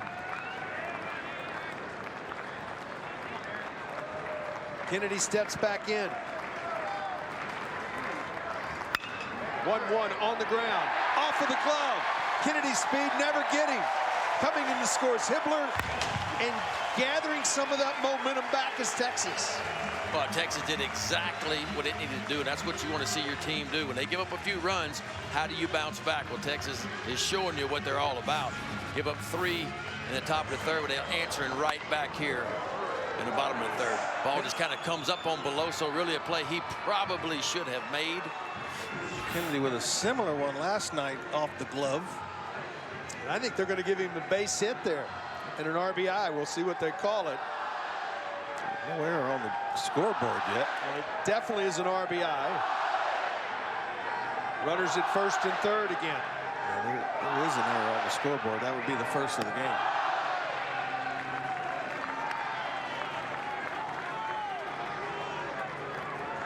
Todd, single, stole a base, lined out, driven in a run.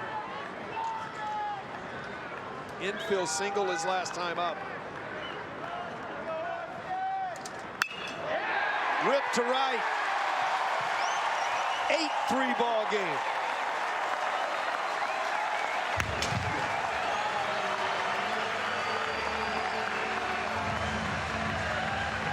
Story of the game. Free passes, scoring. Both runs this inning were walks for the Tiger pitching. Paul Mainieri has seen enough. It's so interesting, guys, to hear both of y'all talk about the scenarios that go into it, but it is all about not strike 1, it's finishing batters. Sure. I mean, it's one thing to get ahead, and of course you got to get ahead before you can get them out. But it's 2 parts of that. Once you get ahead, how do you finish? Do you have a pitch to finish? Do you know how to finish and get guys out? And that's really where these LSU pitchers have struggled. It's just too many free passes, and the few times they have gotten ahead, they've not been able to finish. Yeah. You know, and now Texas again has done an awesome job fouling off pitches and extended at bats as well. We'll give you the new pitcher when we get back.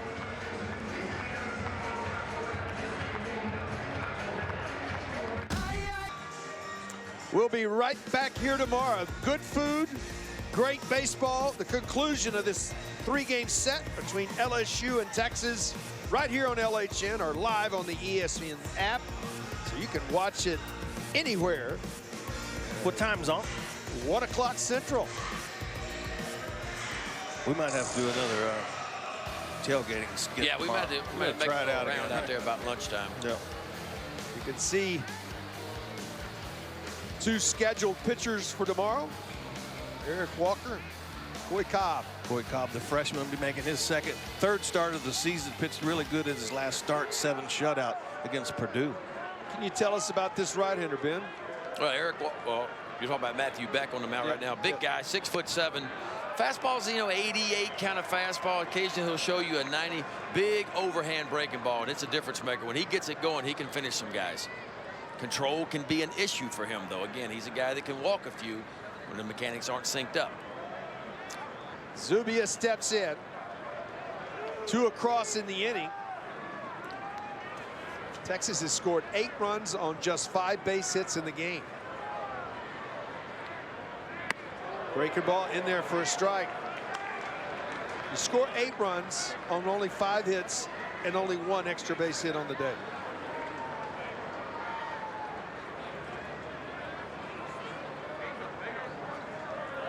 Seven walks and 1 hit batter and 1 costly error. That'll do it. Tigers at double play depth in the infield. Good pitch there. Threw it by him on the outer half. Well, Beck with the ability to spin that breaking ball, and it's a good one. It's almost like 12 o'clock, 6 o'clock coming from way up in the air. He's got enough. You start thinking breaking ball, he's got enough on that heater. He can get 88 right by you. So he's got a nose to toes. He does. 12-6. Might see that old 12-6er here. That's a hittable one right there. Yeah, he kind of left that one up. You saw where it started, though. It's way up there coming down. Yeah, with that much break, a hitter has to give up on it sometimes because it's got so much depth on it. And the other part of that as a hitter, guys, if you started out down and I'm looking for it, that's when I chase. The one that's up is the one you won't chase. You'll get maybe the call strike on it, but I won't chase it. But if I'm looking for one, I'll chase the one down.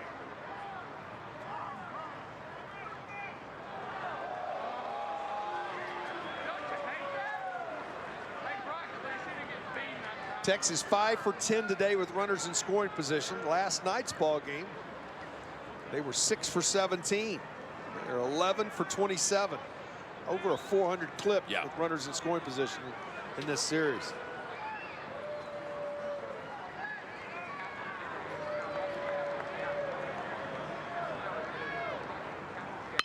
There it is on the ground. This could be 2.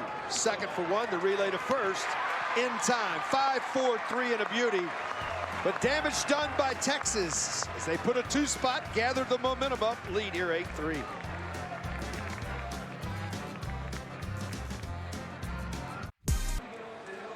Third of the way through the game. We've been here a while. Already 11 runs on the board, 10 hits, 2 miscues, lots of base on balls, lots of base runners. Texas with a 8-3 lead. And it will be the bottom third of the order due for the Tigers. Pop to center.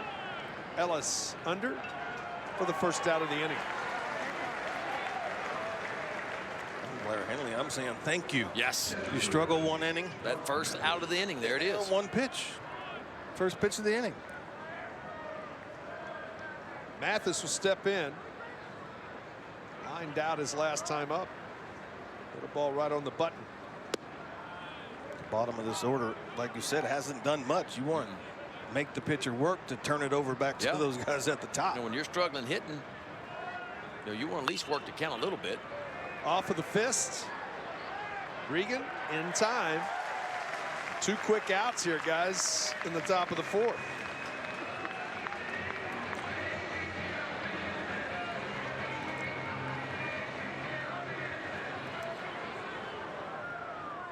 Broussard will step in. He flied to right his first time up.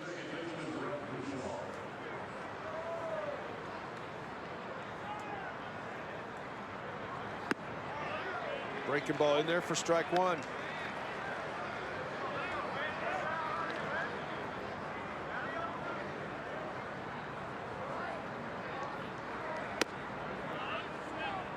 Missed inside.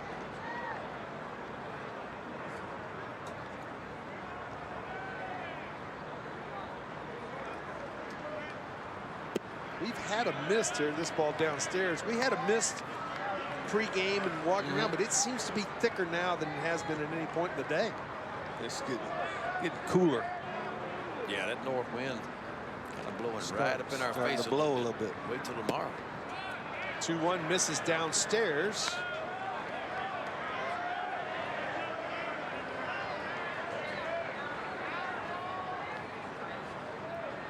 The 3-1. And the count goes full. You're going to throw it there again. Where else would you throw it right here? You don't want to walk him. Make him, if he hits To dead center, he can get it out of here. You don't mind giving up base hits. He does hit it to center. Coming on is Ellis. Is he able to make the play? Yes, he does. Duke Ellis with a nice sliding catch. 1, 2, 3. Go the Tigers here in the top of the fourth. It's all about that first step for the center fielder on the line drive. Duke Ellis gets a quick first step. Slides right on Bevo right there. Horns is winning. 8-3.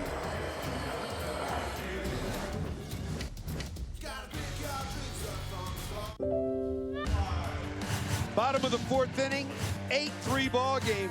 Last night, starting pitcher Bryce Elder was just nothing short, guys, of being spectacular again. And we get the opportunity to go down and visit with him.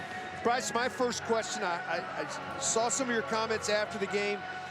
As the game started, you were really using just fastball cutter most of the ball game. Is that correct? Yes, it was. So I didn't have any feel of changeup and curveball, which I usually do. I mean, of course, I'm primarily sinker slider, but usually I can at least get some curveballs or changeups across. And I was really struggling last night with those other two, but I just made it work with slider sinker. And you got the #1 team in the nation coming in. That feeling of when you go out to the mound to face this team, the results you don't know, but the feeling you get for that first time going out against these guys. I mean, it wasn't anything I'd felt before. Me and Coach Hager watching film before, though, and I was just seeing what their hitters were and what they were like and what their tendencies were, and I got comfortable in what they looked like, and I had a plan, each at bat and each hitter, and I think we executed it pretty well. Bryce, talking about your breaking ball, I know there was the cutter early in the ball game, but then about the midway part of the ball game, you started to find a different shape of a breaking ball that became, I mean, that curveball started to come to you as the game went forward. Yeah, I mean, we worked on it last week, and because I knew I was going to need it, and go ball. Too high. But yeah, curveball, it showed up late, and I think it allowed me to go a little more, get a few more outs. But like I said, primarily it was just slider, and I stuck to it. It was good last night. When you look at having a team like this come in, I know last year as a freshman, you guys got that feeling going over to Baton Rouge and how big that feeling was. How about the crowd and just the total environment last night for you and your club as y'all came to the ballpark yesterday? Yeah, I mean, it was very good to see a lot of people out here. I remember last year, just the momentum that they had just because they're fans, and I think we had that last night, and it allows us to get on a roll and get some runs across, and when everybody's into it, it makes us play better, and I think that was the case last night. Michael McCann steps in, 1-0, outside corner for a strike. Bryce, talk about your season last year. I've looked at the number. I know the win-loss record was good. ERA was a little bit elevated. What's different for you? What have you learned, and what's caused you to have a lot of success this year versus last year as far as ERA goes? I think just simply make a pitch. All I can focus on is making one pitch at a time, no matter if it's a 3-0 count or a 0-2 count. I try to make the best pitch I can, and that's all I focus on. And I think that this year it's allowed me to not worry about anything else, not worry about the last hitter, not worry about the next hitter coming up, but just that one pitch and make it the best of my ability, and I think this year I have. And you said it's been pretty comfortable getting back into that starting role. Whereas last year, you're like, I don't know when I'm going to pitch. I can't get into a routine. This year, you're able to do that. Yes, and I really enjoy that. Me and Coach Haig always have a plan, and so far we've executed it. The 2-2 outside. Well, one of the things that I noticed in your conversation when Coach Pierce came out to get you last night, you were talking about you were throwing to the corners. Yeah. And you don't pitch in the middle very often, do you? No, sir. I don't, something about just the fastball down the middle sign, I just don't like it. And I should have shook, but I didn't. So. Well, let's expand on that just a second here, Bryce. If you you don't pitch at the middle. You pitch at the corners. I mean, if you're going to use your sinker, you're trying to hit either the outer corner or the inner corner, either left or right. Slider's the same way, either back door or the cutter, back door or trying to drop it on his back foot. You're not trying to throw it in the middle of the plate. Exactly. I just think that a lot of times if you do try to start stuff in the middle of the plate, if you miss, your misses are down the middle, and that's when damage is done, especially with good hitters that we're facing this weekend, and so or every weekend actually. But so I think that just it's a game of misses, and if you miss right, the majority of the time when you make a good pitch, I mean, you're going to win. So, and that's what I've been shooting for. So I'm going to get off this game a little bit. I read an article, man. You shot a 67 one time? Yeah, I'm going to try to play a little golf. And we've talked about it before that you kind of use that approach pitch by pitch like you do in golf, shot by shot. Yeah, for sure. And I think that what I was talking about a second ago is a game of misses. I think golf's even more of a game of misses. I mean, of course, you're not ever going to make the best pitch every pitch, or you're not going to hit the best shot every shot. But if your misses are good, then you're going to have success. Well, now, like, if we're going to take that a step, you got to give us what part of your game is the best part of your golf game. I would probably say, I don't know, short game. I don't know. I'm always in the fairway. Keeping it straight. Yeah, keep it straight like that. Even if you hit a bad drive, if it's in the fairway, you got a chance. So. Well, can you come putt for me? Yeah. Because that's where I struggle. Yeah. Bryce, thanks for taking the time to visit with you. Good luck, and congratulations on a well-pitched ball game last night. Thank you, sir. I appreciate it very much. Thanks for staying with us. Thank you. 1-2 to Hibbler. Break a ball on the ground. Across the diamond is Hughes. The Longhorns out of it. 8-3.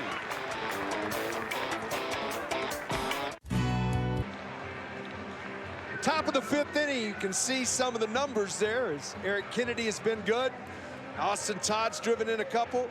Cabrera's is the big blow for the Tigers, and the other one, the bottom. That's the story of the series so far, Ben, is the inability to throw strikes by Tiger pitching. No doubt. I mean, we talk about it.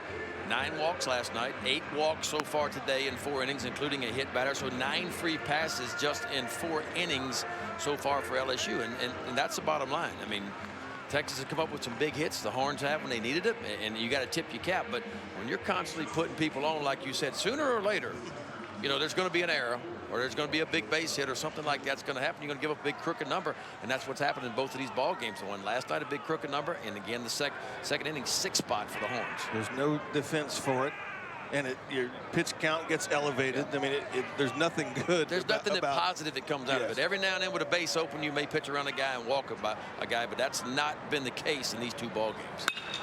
Ooh, off of the leg of Henley. Can he get an out? Yes, he does. Second pitcher in this series we've seen really take a blow. That ball was hit right on the button.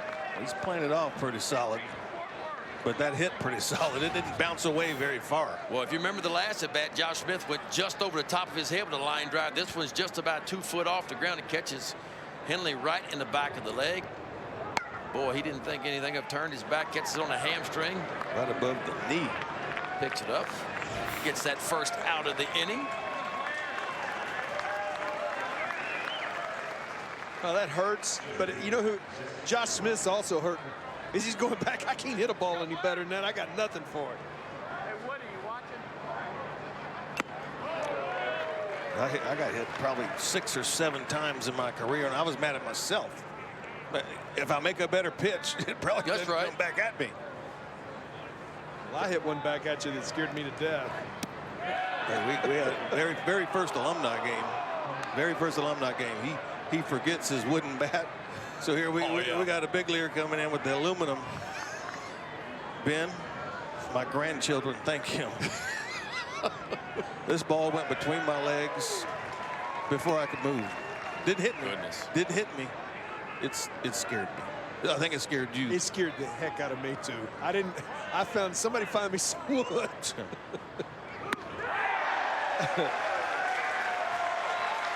Nice job right there from Henley. He bounces right back after taking that ball off of his back of his leg with the strikeout. So 2 quick outs here in the 5th.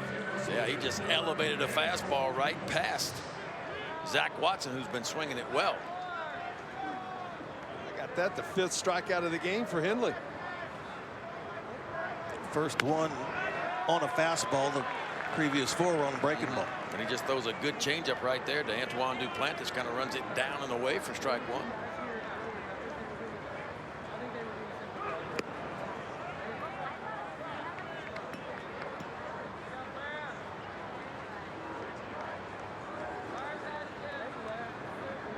One and one.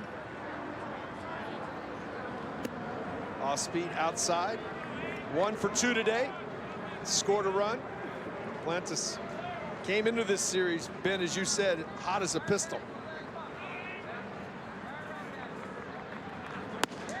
Lays off that, and it's 3-1.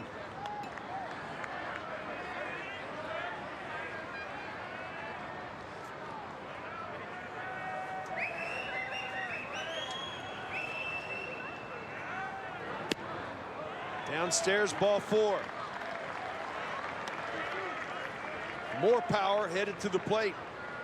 Cabrera doubled to drive in 2 his last time up.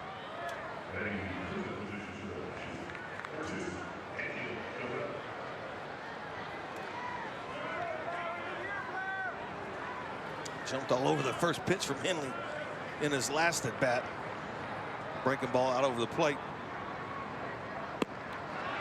Everything is so quiet, Ben. That's what I really like about Cabrera and his approach. Real quiet and still, not a lot of extra movement. Short and quick to the baseball. Yeah, and he had his struggles early in the year. And he started to figure it out.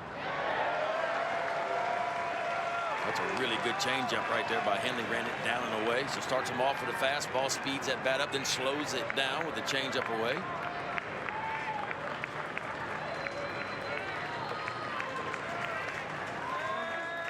The 0-2. There goes the runner.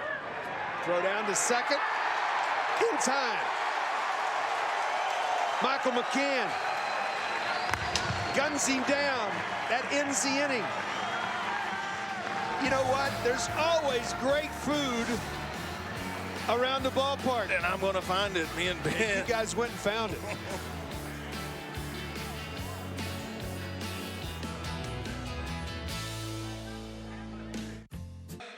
Earlier this afternoon, I thought I'd take my friend Ben out beyond left field. Little Bert's Barbecue out there with some sausage and some brisket. Every Friday before I would pitch when I was in college, I would go to Bert's Barbecue and get me a T-Man. Well, after I put a lip on that stuff, I see why you kept going back. But, baby, I had to show you something, too, now.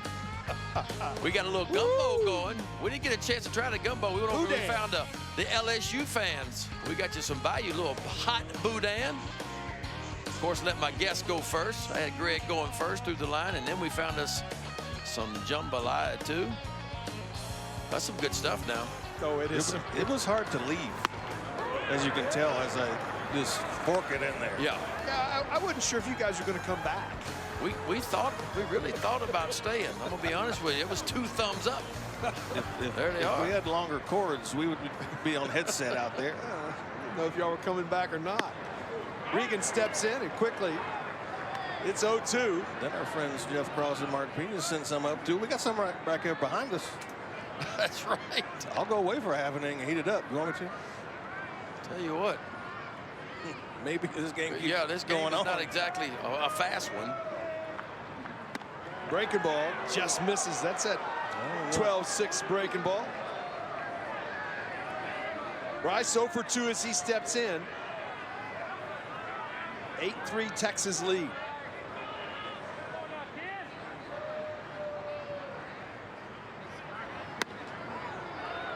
Outside. Matthew Beck came on to try to settle down this bullpen for the Tigers.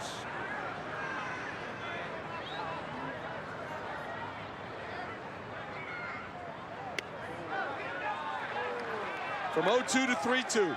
Seen that numerous times by LSU pitching in these first 2 games. 0-2 to 3-2. Top of the order, and Duke Ellis awaits on deck. Foul back. Got people texting me now going, odd. You out there eating. Odd. Like, look at me. I don't know. We hadn't had lunch. It's okay. Right. It was lunchtime. I didn't eat lunch That's because right. I knew what we were going to do. The payoff. Did he check his swing? He did. Another leadoff batter reaches via the base on balls. There it is again, just an elevated fastball. Boy, that's another close call, too. 0-2 to a ball 4. 0-2 to 4-2. We did it. We didn't want to do it, but sometimes it happens, but way too often in this series. Yeah. Ellis has reached all 3 times via the walk in this ball game. He's scored twice.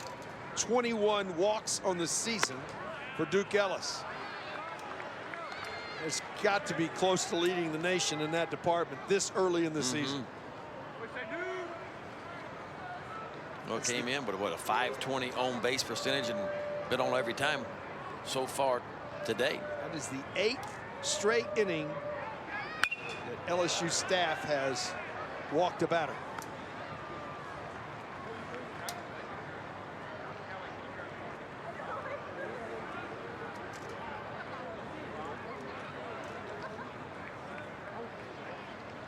Long look down, and Ellis now steps back in.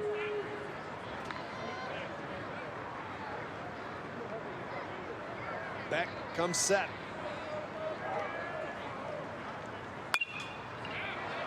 Foul back. I got people making me hungry. J. Brent Cox sending a text of some ribs. You see them ribs? Those look good. There it is. That's the story.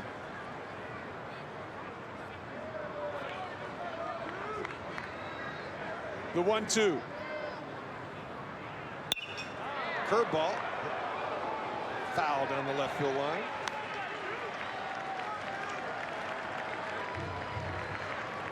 We got a catch. A souvenir.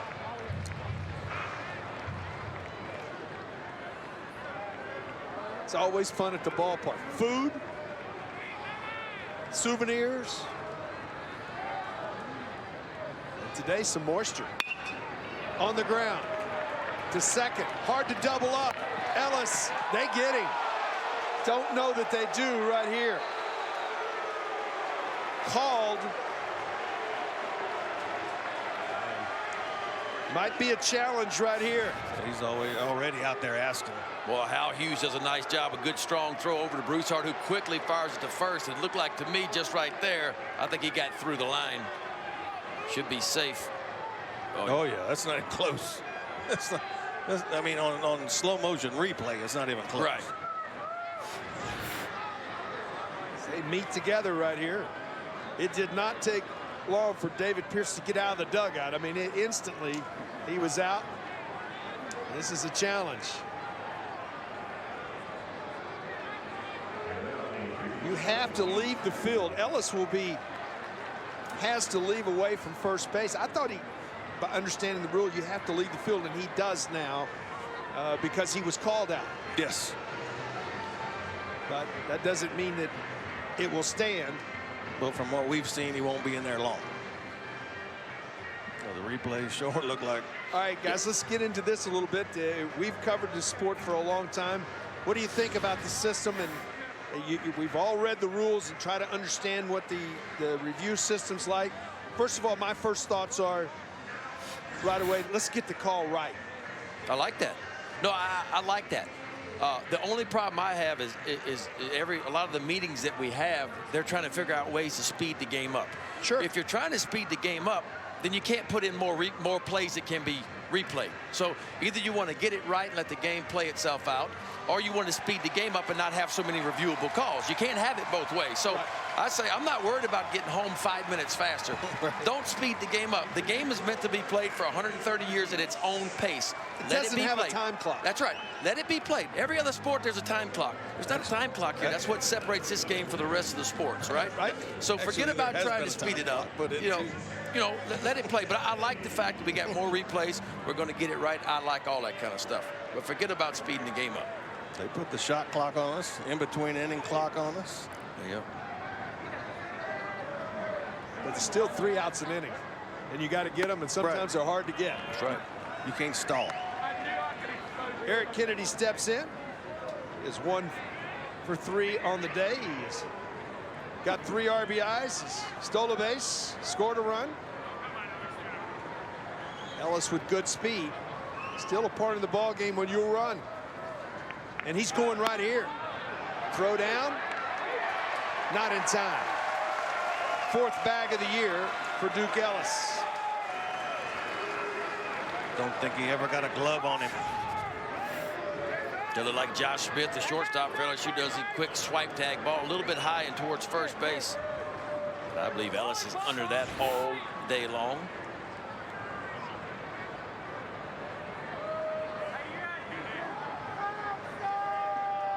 A 2-0 count to Kennedy.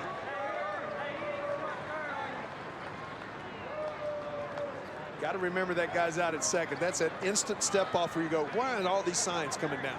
Oh, I got a guy at second base.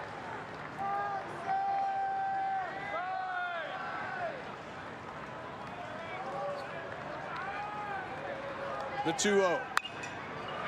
Good hack, fouled it off.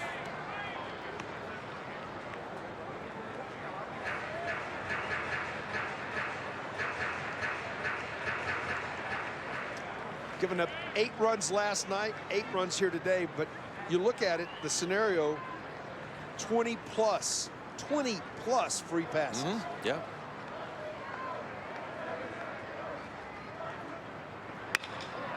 On the ground, Hughes, really good play. He's going to have to hurry. Does. That's a nice play by Hal Hughes at third base to get an out. Yeah, the coach's son, shortstop in high school. Had to play shortstop last year when Josh Smith moved over to third base this year. This tough play, a little short hop, slides, picks it up. Watch this strong, accurate throw across the diamond to Beloso. That's a good play. A lot of people look at that and say, oh, that is it's a difficult. He made that look a lot easier than what it was. Todd steps in. Austin has had a good ball game. He's 2 for 3, scored a run.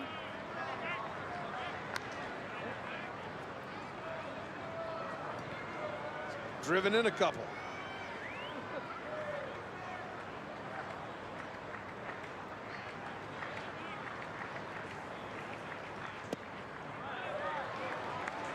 Hitters count coming here, 2-0.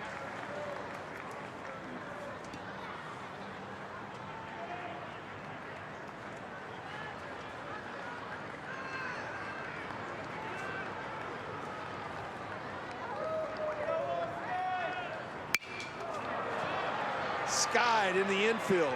Difficult play. Shard under, makes it, and that ends the inning. We're through 5.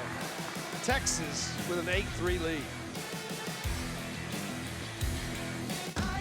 If you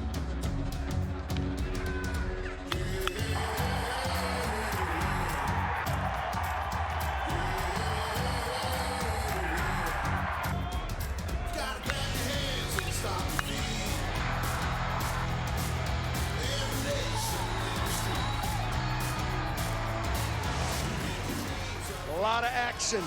8-3 ball game as we go to the top half of the 6th. Tigers will have 4, 5, 6 due. They're going to get back in the ball game. They've had a run in that 3rd inning. They put a 3 spot on the board. For LSU, let's see, you're down to 12 outs, guys, offensively. You're going to have to get something going here pretty soon. His last start against Purdue, Henley talks about him grinding through 6 2/3 innings to make it that far in the ball game. Well, today hasn't been too much of a grind. Just 1 inning, the 3rd inning where they got the 3 runs was real stressful, but all the other innings haven't been too bad. Yeah, he's had 3 1-2-3 innings on my book. Faced 5 batters in the 2nd. You know, like you mentioned, gave up 3 in the 3rd. Other than that, it's been pretty clean. 81st pitch out of the zone. You know, we're in March, guys, and that you want to protect. You can't win the national championship in March. No.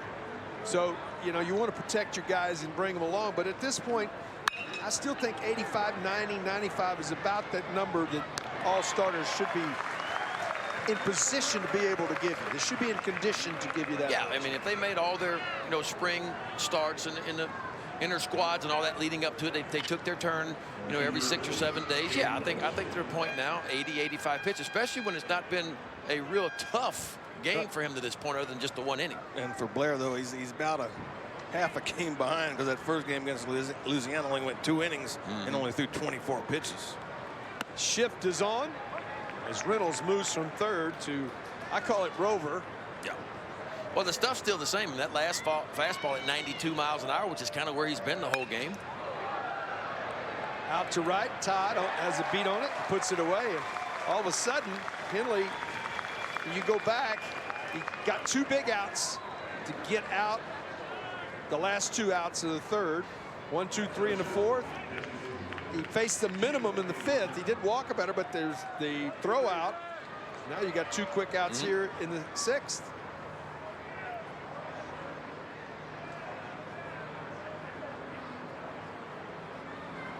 Gio DiGiacomo steps in. He's 0 for 1. But for me, if he finishes this inning, I'm taking him out of the game, just because of what's between the ears. I want him to leave on a positive note. Oh, yeah. I don't want to run him back out there and have to pull him, with runners on 2nd and 3rd and 1 out or something. All of a sudden, somebody gives up a couple of his runs. Now I've given up 5. So get him out. 6 innings if he gets through this. Quality start, give up 3 runs, minimize the damage, and he rolled through it. Let's leave with something positive. Let's make a step forward. No one throwing in the Texas bullpen, but they're stretching. But Blair Henley makes it another quick inning. A 1, 2, 3, 6.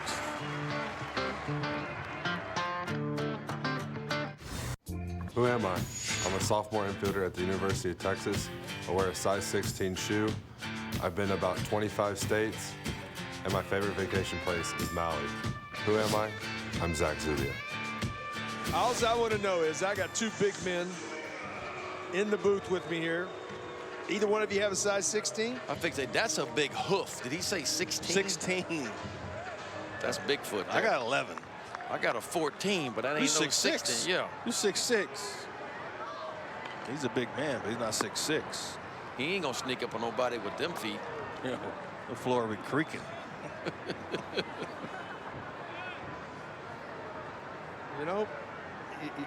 If you were going to go to bowling alley, do you think they have a pair that you can bowl with? No, he gonna be bare feet. Is what's gonna happen to him. And water skiing would be his thing. He don't even need skis. Fastball misses upstairs, and it's 2-0. So I said they've been looking for him for years. Still haven't found him. Oh, Bigfoot. Zubia, Reynolds, and Shaw here. 8-3 Texas lead. Pitchers have started taking control of this game. All the runs in this ball game, all 11, happened in the first third of the game. And it's 3-0 now to Zubia.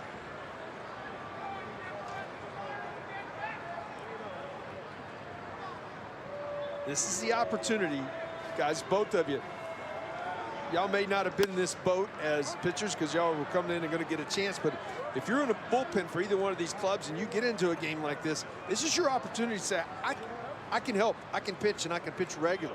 This is your opportunity to say, I want the ball. Well, I think for a lot of guys on both of these teams, I mean, you're trying to make an impression, and when you get some opportunities, because look, conference play's coming, road games are coming to where you can only take so many guys, and look, I want to be on that travel roster, so when you get an opportunity as a young guy, you got to come in and show them what you can do.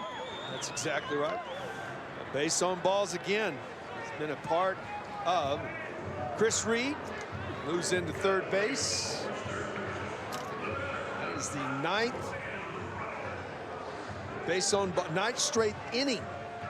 9th straight That's got inning. to be some type of record. With a base on balls. Reynolds steps in. Beck has 3 of those walks, but since he's been in the game, he's kind of settled it down for LSU. Marceau and George, through 97 pitches, only got 7 outs. That's the 42nd right there for Beck, and he's got 8 outs. There is activity in the Tiger bullpen. Reynolds has had a good year. He's 0 for 3 in this one today, though.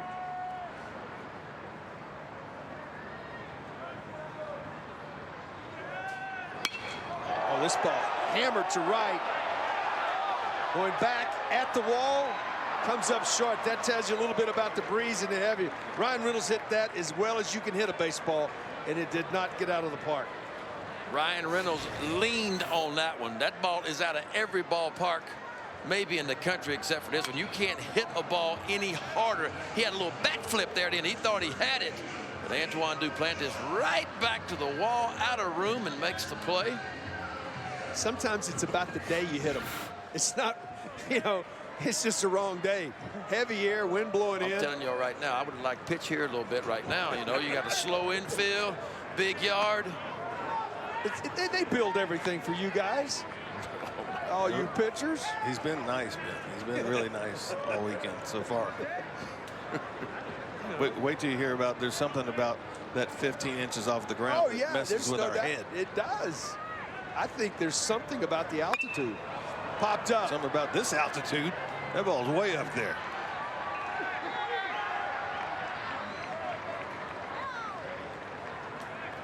Two quick outs after the leadoff walk by Beck. And McCann will come to the plate.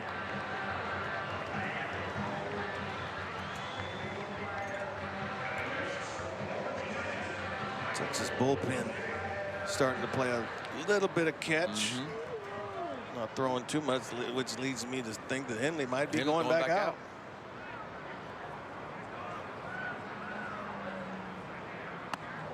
Curveball stays upstairs.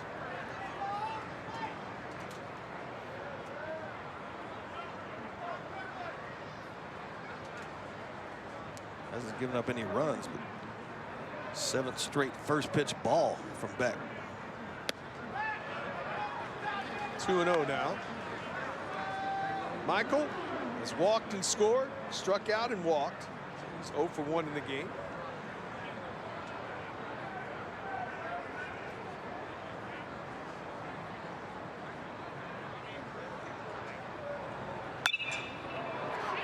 Another one straight up. Playable. Bouchard under and puts it away. 6 in the books here from the dish.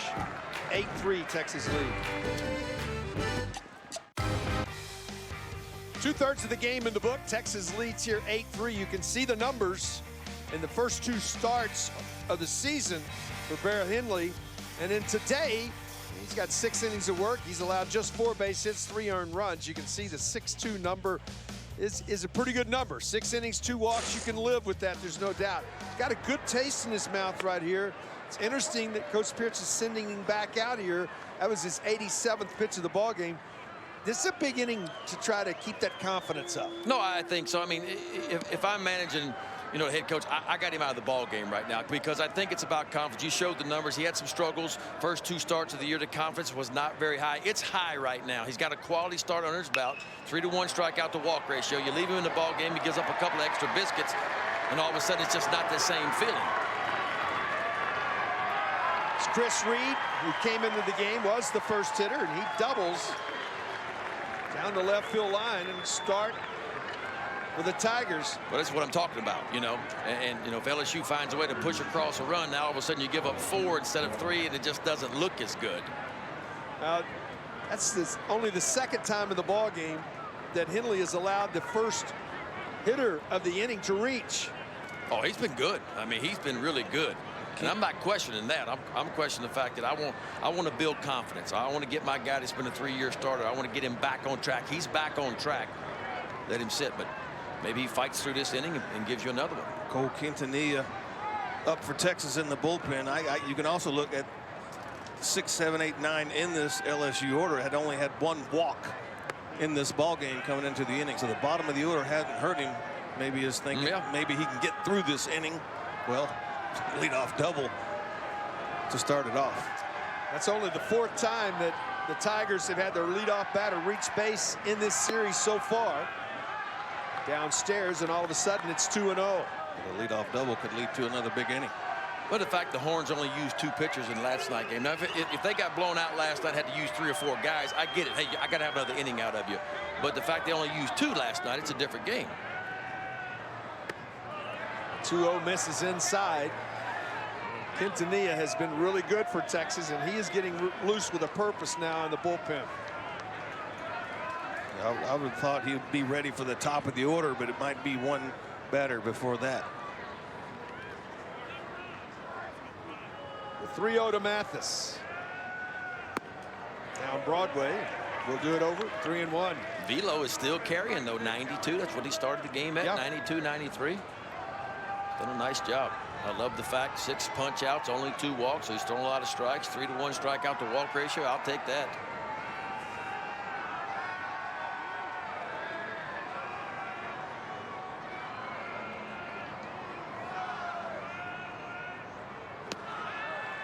Downstairs, 3rd walk issued by Blair. Here comes David Pierce to the mound right now. And this is a slow walk, but this is a walk. He's going to go to the bullpen here. Looks like it, yeah.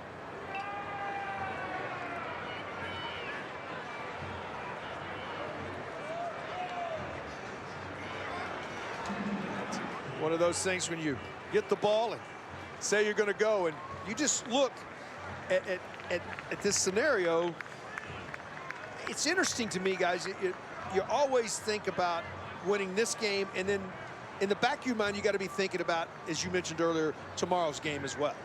And because of that, I think that's why Coach Pierce probably allowed Blair to come out here in the 7th, thinking, you know, if I can get another inning out of him, then I don't have to use somebody out of my bullpen. Yeah, I mean, there's so many ways to look at it. I mean, yeah, he's coming out with 2 men on, and now you got to bring in your bullpen, which is fresh. Blair Henley today, yeah, I mean, he got in trouble 1 inning in this ball game, so he's thrown the ball well today, but the fresh sense makes a lot of sense to come out. And now if Cole Quintanilla comes in this game, gets out without any runs, sure, everybody's hunky-dory. But you could end up with 5 more earned runs. Yeah, you give him a couple more, and right now it's a quality start, and he competed well. I love the breaking ball. He had most of his punch outs on that breaking ball. He's able to really get it down when he needed to finish. Guys, we always talk about, can you finish? Can you get ahead, then can you finish? Well, he's finished for the most part tonight. Yeah, you look at that, it's interesting. This is a part at the next level that's so important, inherited runners. We don't talk a lot about it in college baseball, but at the next level, inherited runners for a reliever are very important. As you see the redshirt freshman from Cedar Park come into the game, and Zeke, he's been fantastic. He's been really good. Gave up just his first walk and run of the season Wednesday night against UTSA. So the numbers are right there. 10 strikeouts, only 1 walk. He's got a really good fastball coming off of Tommy John surgery, the redshirt freshman right here. But straight over the top, good size, and a slider that goes straight down. Tough to pick up. And you go back to that stat about inherited runners. I started for 10 years in the big leagues, relieved for 7. There were 2 stats. My leadoff hitter I faced, and the main one was inherited runners that scored. That's the only thing I didn't think about as a starting pitcher. I could get relievers let up some runs, I would get mad. So once I became a reliever, that was the most important stat to me, was saving those runs. Because you knew how you felt when you left those biscuits out there and somebody gave them up, you know. And the reliever come up and apologize. I'm like, don't apologize to me. Yeah, you weren't trying to give them up. So I felt that same feeling when I would give them up. I'm like, God, I feel so bad, but I wasn't really trying to. That's the main stat. Yeah, and it's so huge, as you said. I mean, a lot of big league pitchers, starting pitchers, get paid on quality starts. Oh, no doubt. You know? Well, he's got a quality start right now, but if this reliever, Quintanilla, gives up 1 run, it's not a quality start anymore, and that's huge. And we got a ball game. Good pitch there, good location.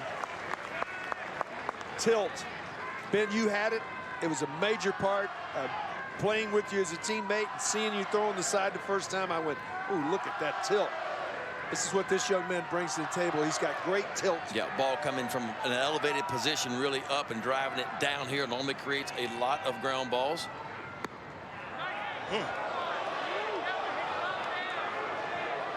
Bouchard, 0 for 6 this season with runners in scoring position. Opportunity here.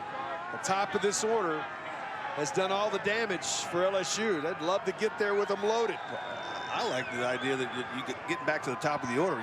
It's only the 6th inning. If you get a couple more across right here. Tries to bunt, bunts it foul. Well, we said way back when LSU cut the lead in half going into the bottom of the third inning, it was 6-3. And the most important thing for LSU was going to be the pitching. Could the relievers put some zeros on the scoreboard? Well, George couldn't do it for LSU, and Texas comes right back, and they strike for 2, and they answer that LSU 3 spot with a 2 spot of their own, and Texas has had all the momentum since then. 1-2 now.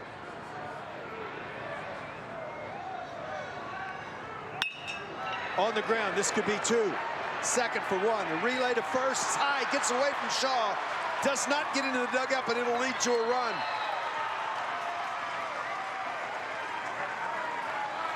Tried to stretch just a little bit early. Tried to force the action there a little bit. 3 things happen on this play. It's a tailor-made double play.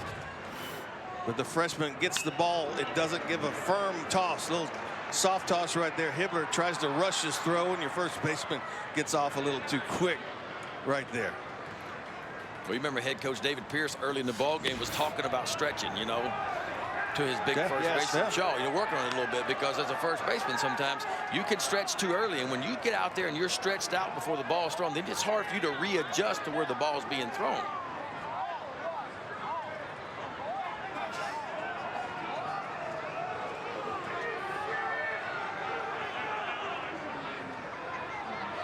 So 1-0. They called the ball? Just called the ball. And I think they were discussing balls and strikes there. Foul back from Smith. Count evens at 1-1. Smith 1 for 3 in this one. He scored a run.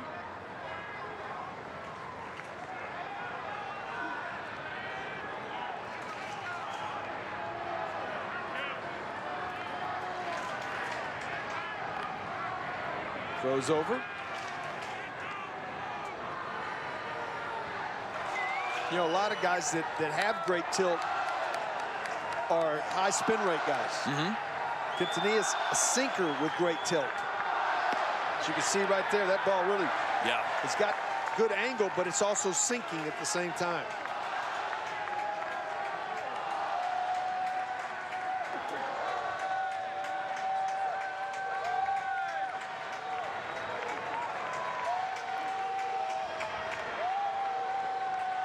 The 1-2. Line foul down the left field line. Josh Smith stays so compact as a hitter. He lets the ball get so deep. I love the way he stays inside the ball a lot. Those hands go first. You know, the knob goes first. He's able to let the ball travel, let it get deep. You'll see him get as many base hits to the opposite field as he will to the pull side.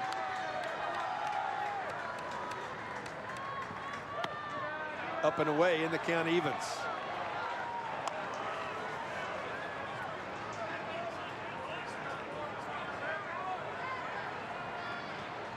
Talk about those last 3 outs of a ball game. Sometimes are so hard to get. Sometimes those outs in the 7th and the 8th are hard to get. Got him. Not in the greatest of locations, Zeke. Well, hung it just enough. Hitter sees spin, thinking it's going to break a little bit more than it does, and you get underneath it. Swung right underneath that hanging breaking ball. That's a good point, and Keith can talk to this. I mean, a lot of times as a hitter, you see spin, you recognize it so good. Break, please break. You're anticipating the break. You're trying to get your barrel to where you think that break is going to be, and when the ball doesn't break enough, sometimes you swing right under it. If somebody, as he does go around, does Watson, I can tell you, if you could master a backup slider. Backup breaking ball. You would still be throwing. Yes. Making bank. 1 for 3 is Watson. He has also scored a run. Did he go around there? He's not seeing that breaking ball very good. Back-to-back breaking balls and back-to-back check swings. This crowd getting into it here now. You know, top of the 7th.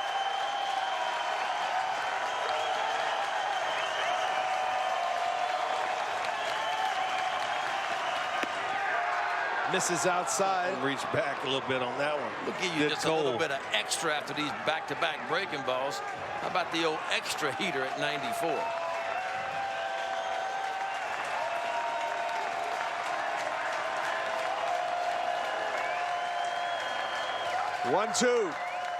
There goes the runner. Fouled off. I like the aggressiveness right there. If your hitter strikes out, it's no big deal. If it's a ball and you're in a bag, then all of a sudden. Yeah, ball gets in the gap, you know, deep in the gap. Oh, yeah. Got a chance to score. So many people are afraid to run in this count. I don't think you can if you've got a guy that can run. 1-2, not going. Got him upstairs with a heater. One on the board in the top of the 7th for the Tigers. Big fella comes in, shuts them down. Quintanilla with back-to-back strikeouts. Blair Henning likes it.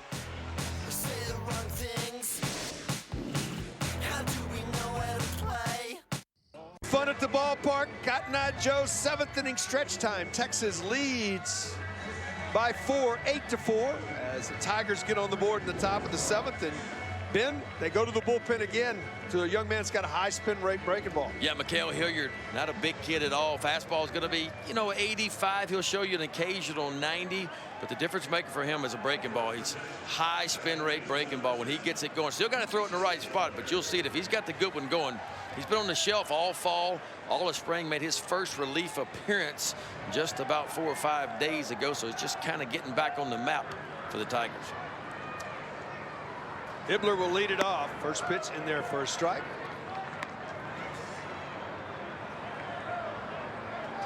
Mikael Hilliard was a weekend starter for the Tigers last year as a freshman. When Eric Walker went down, he had to fill that role, did really good in that role as the Sunday starter. Good location there. Quickly out in front, 0-2. Your book on back after leaving the game 3 2/3. Didn't give up a hit or a run. Walked 3. 1 out shy of his career high of 4 innings. And that's what you were talking about, Ben, getting some outs out of the bullpen to keep the game close. Good morning, good afternoon, and good night right there for Hilliard. And believe it or not, that looks like a cut fastball. If you look at it, take a look at it. But that's actually the action on his fastball. It's almost like Mariano Rivera. He kind of gets to a cut. It's just a natural cut. It's the way he throws it. He doesn't throw anything straight. Regan will step in. He walked his last time up. He's 0 for 2 in this one.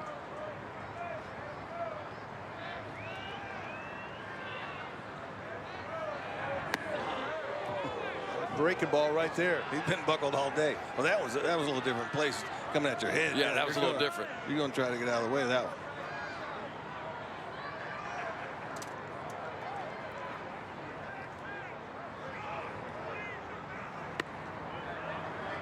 This is outside, and it's 2-0.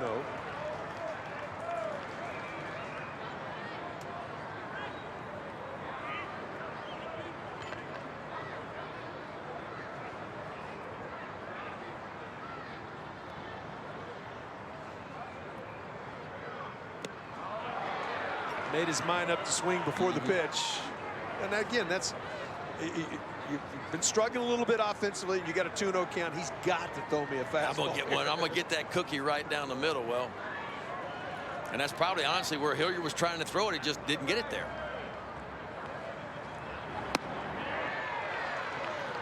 See, that ball got a little bit of cut to it at the end. It's just that's what made him so special as a 2-pitch pitcher last year. He could move that fastball and then come with that big overhand breaking ball as well. Because you can see it's not a power arm. It's 85 to 88 is what it is. You just need a little bit of movement. His is natural.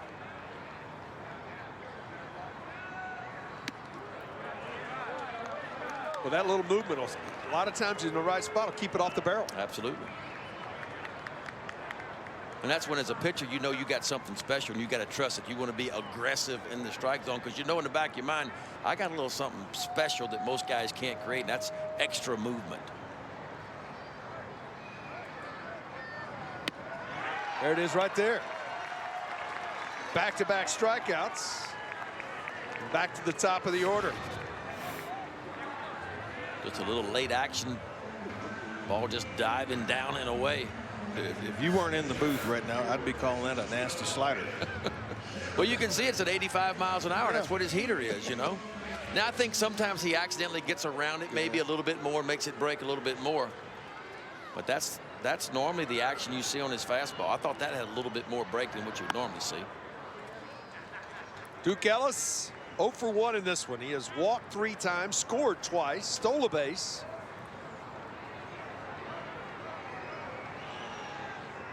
He's been setting the table at the top of the lineup.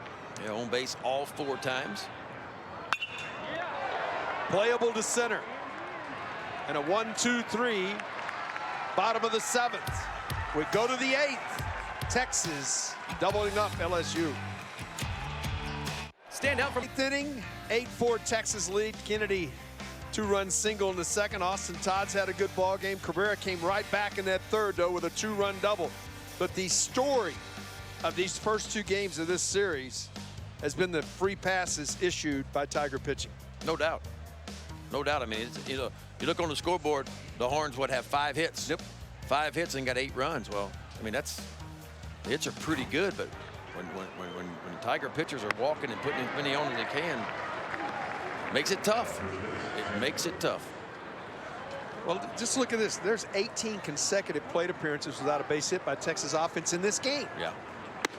So just that's going back to the 2nd inning, or the 3rd inning is the last time they've done that. Well, I mean, that was a concern for LSU last year. I mean, they had the 12th best ERA last year. They walked too many batters. They thought they brought in some different arms, and I think that they did. But again, we talk about pitching, you know, and it's great to have some plus arms, some guys that can bring it. But look, if you can't throw strikes for me, you're not a whole lot of good for me at this point, you know. And so they got to figure some things out, and they got to get some guys dialed in mechanically, or it's going to get ugly for LSU. 3rd time that Duplantis has struck out this season. Actually, that's the 4th time that he's struck out this season. That's a good pitch right there. Yeah, that's a really good pitch. 3rd straight strikeout for Cole Quintanilla.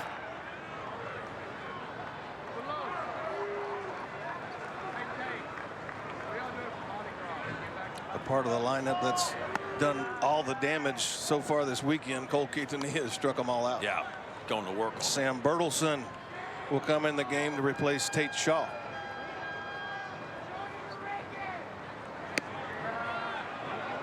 Downstairs, and it's 2-0. Ball's got some nice action, nice sinking action to it. Yeah, this is coming back from injury. This is a real find. Lifted into the darkness. It is not easy to see. Todd has it, puts it away for the 2nd out of the inning. It's that time of the day. We do have a gray, misty sky, but the lights are taking effect. But that ball like that can get up in that sky. It's hard to see. Got above the lights. Here comes the shift.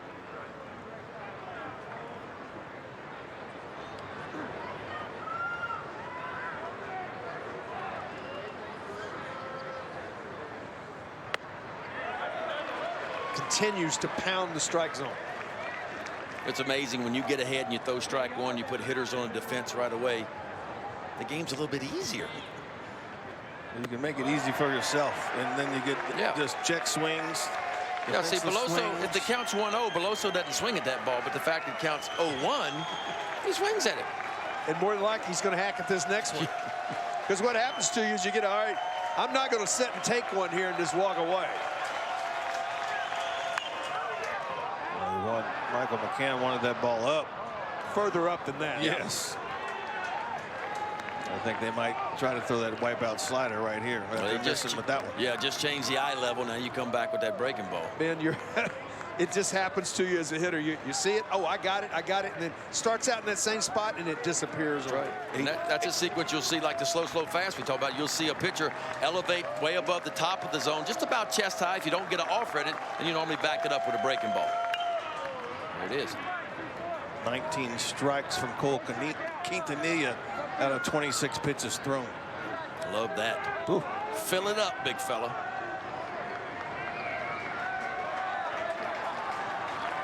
Now you tried to go back down. You can go up. I mean, you go either way with it right here. Got it.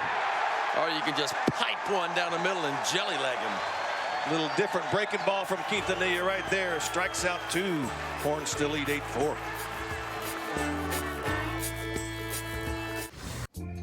Shatari White getting ready loosening up across I-35 as we will have it for you right here, Iowa State and Texas. 7 Central Time, we'll have it for you right here on LHN. Ought to be a good one. That should be a good one. Texas coming away with the men's with a win earlier today across the street.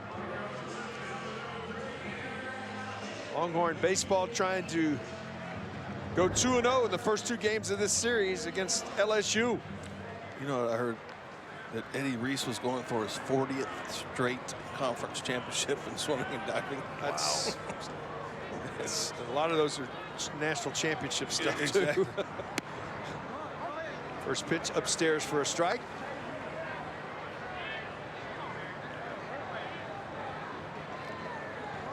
Kennedy, as he steps in, he's 1 for 4. Freshman from Tampa.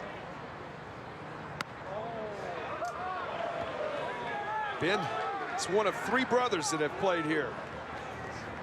Older brother Ben, middle brother Nick last year, an outstanding left-handed pitcher for Texas, and now Eric as a freshman, all from Tampa. That's a hook. You can hang a worm on that one, I promise you. Father's a strength coach for the Tampa Bay Buccaneers. Oh yeah. Well, you can tell he's put together. Yes, he is. Good-looking kid. The 1-2 downstairs, and it's 2-2. See, spent some time in College Station as well. Cavalier Christian High School, state champion. Yeah.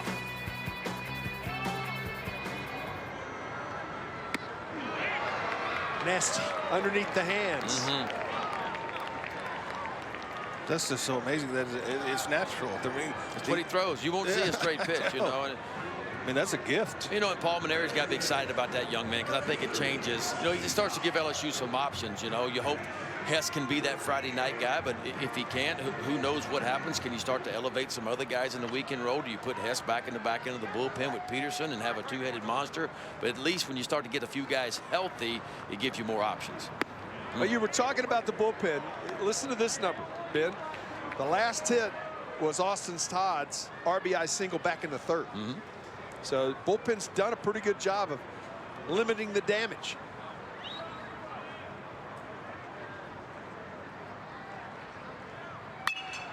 Curveball right back to him. 2 quick outs. Here in the 8th, Zubia will be coming up. Zach walked in the first, doubled. Hit into a 5-4-3 double play and has walked, so he's 1 for 2. In these scenarios, guys, I got to tell you, I had a little pop. You're up there at this point, 2 outs, nobody on. I'm thinking one thing. Long one? You coming out. I'm trying to hit something in the gap. I can't steal a base. So if I single, what is he going to do right That's here? right. I'm thinking extra bases right now.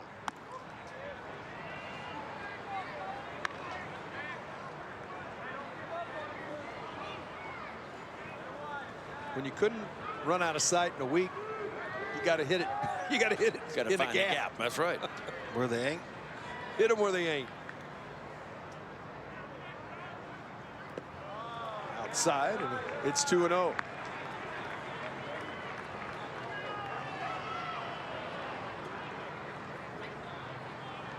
Just taking a peek, guys, and start thinking forward. If this score was to held up, it stays like this. Right.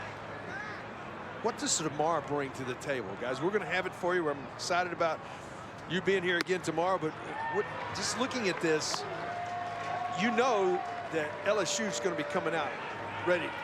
They need to salvage one. No doubt. You know, I think if you're Texas, you want to guard. You won the series, so you want to guard against a letdown and go ahead and finish it. If you're Texas, right? Pull off. If you're LSU, you got to find a way to win one. I mean, that's the bottom line. You don't want to be swept ever. You know, and when you talk about conference play, you start to go on the road. You know, sometimes the difference in winning a championship at the end of the year is finding a way to salvage a game, win 1 out of 3 on the road somewhere. At Vanderbilt. That's right. At Ole Miss. At Ole Miss. At Mississippi Florida. State. At Florida. Win 1 out of 3. Sometimes that can be the difference in winning, the Western title and not winning it. So if you're LSU, you want to make a statement. I think the problem LSU has tomorrow, it's not really a problem. Eric Walker's recovering from Tommy John surgery. He's not pitched a whole lot. Made his first start the other night against Southern, only went 2 innings. I don't expect them to give him more than about 50 pitches. I think that's the max for him. And then I think you're going to see what's left of that bullpen down there for LSU, which is going to be Peterson and Fontenot and maybe Cole Henry to try to bridge that gap and finish the game. Well, we've seen the arms for LSU. The thing for them this weekend, it's just been command control. They've walked too many, given up too many free passes. Oh, there's no doubt. I mean, if you talk about the talent's there. Again, it's, LSU brought in the #1 recruiting class in the country, and it was pitcher heavy. Yes. It was 9 pitchers in that Yes. 13 bunch. So the arms are there. The talent is there.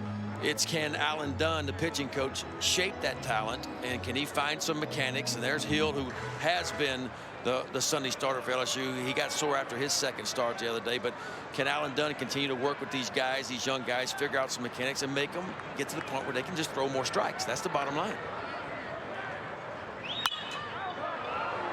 7th pitch fouled off. 8th pitch of this at bat coming right here from Zubia. Well, I think I know it's early, and you look at it, but you always want to find a way to find that Sunday games become so important in college baseball. You're right. It is huge, just salvaging one and not getting swept.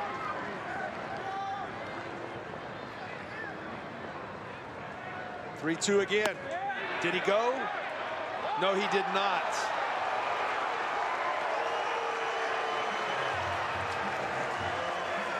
I'd already written down a K in my book when I saw it. Let's take a look at this one. Where's the barrel?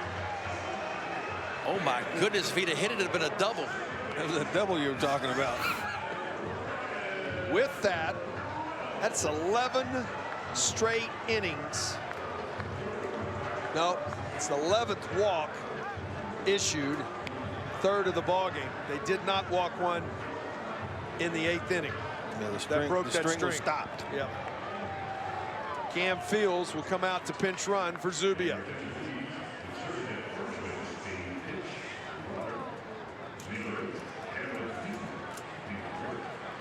So Ryan Reynolds, Athletic right there. 2 1/3 last night to get a save, and Yeah. comes in to pinch run tonight. It did end up being a save for Cam Fields. He came in the game as only 3-1. Yep. And that's when Texas took the big lead. That's right. Later on.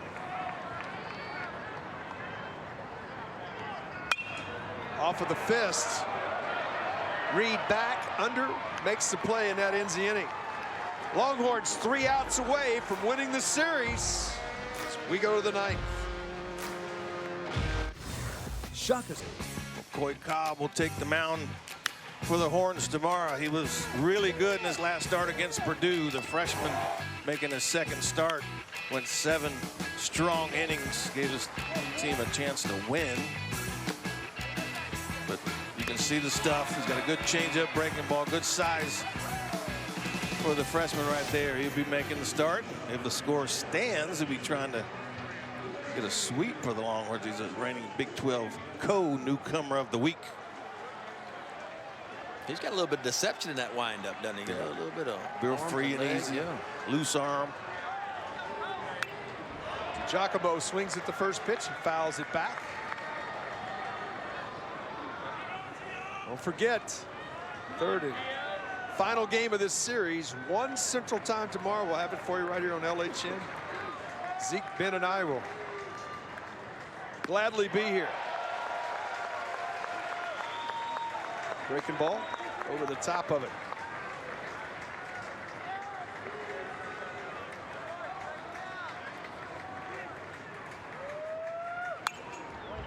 Tries to climb the ladder, foul back.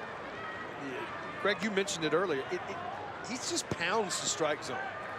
He's free and easy. I believe it has to get on you quick, and he's deceptive because that slider. He hangs breaking balls and he gets away with it. He buries breaking balls and gets and finishes them off. That's his 5th strikeout since coming in this ballgame. And when he throws a good one like that. After elevating that fastball to the top of the zone, then he comes back with that one. It's special. 5 punch outs already.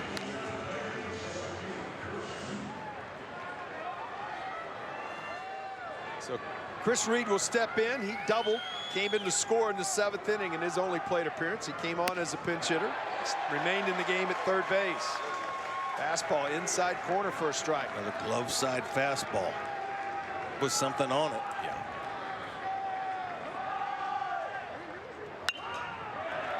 He's saying, here it is, hit it. I gave you a couple chances. Now I got to throw you the eliminator coming up. Now you're getting the old difference maker. That's not fair, guys. I couldn't hit the first 2. Why are you doing that to me? It's cold. 0-2, there it is. Laid off of it, and it's 1-2. Love his command, too. I mean, inside corner, outside corner, then you get a breaking ball buried down in the dirt just where it's supposed to be on an 0-2 count. How about the bullpen for Texas? Yeah. 2 nights. That's pretty good stuff. 4 2/3 so far. Good piece of hitting again by Reed. Goes with that pitch away. Second at bat, second base hit to left field. Breaking ball. This one stays up, but he stays on it and drives it into left field. It's the head right there, stays right on it. Nice and quiet. Yeah. Bianco will be the hitter. Drew, freshman, 6 foot. Oxford High School in Oxford, Mississippi. Comes on as the pinch hitter. Trying to hit it to Oxford. Oh, yeah, he's not getting cheated. He's up there. He wants to punish it. He's going to hurt the baseball.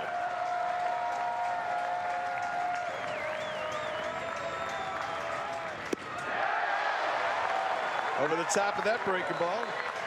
But I promise you, he hadn't seen many of those in his young career.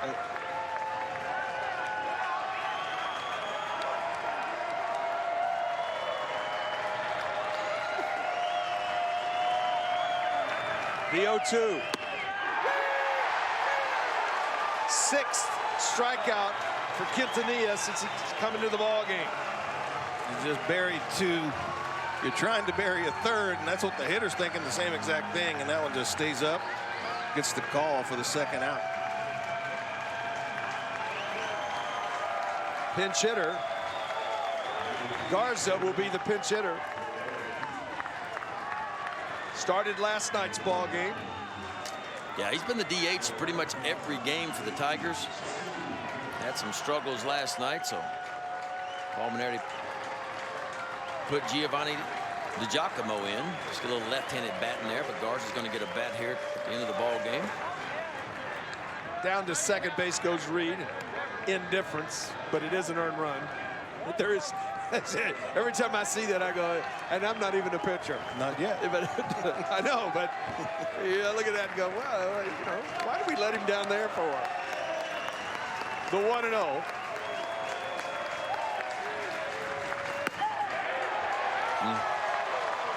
There for a strike.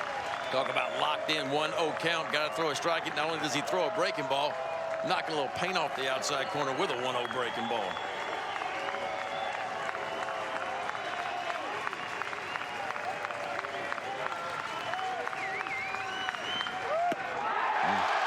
Well, that's nasty right there. Well, it's got good break. It's got good tilt to it. It's got all those things we like. And, oh, by the way, it's located just about perfectly as well. Location.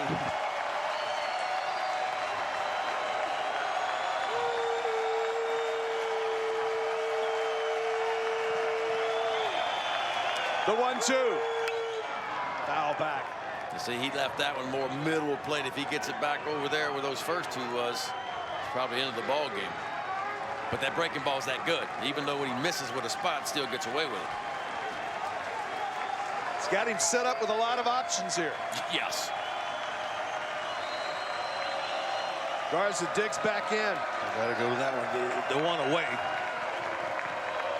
The 1-2. Laid off, gets away from McCann. Back to the screen. Reed moves up to third.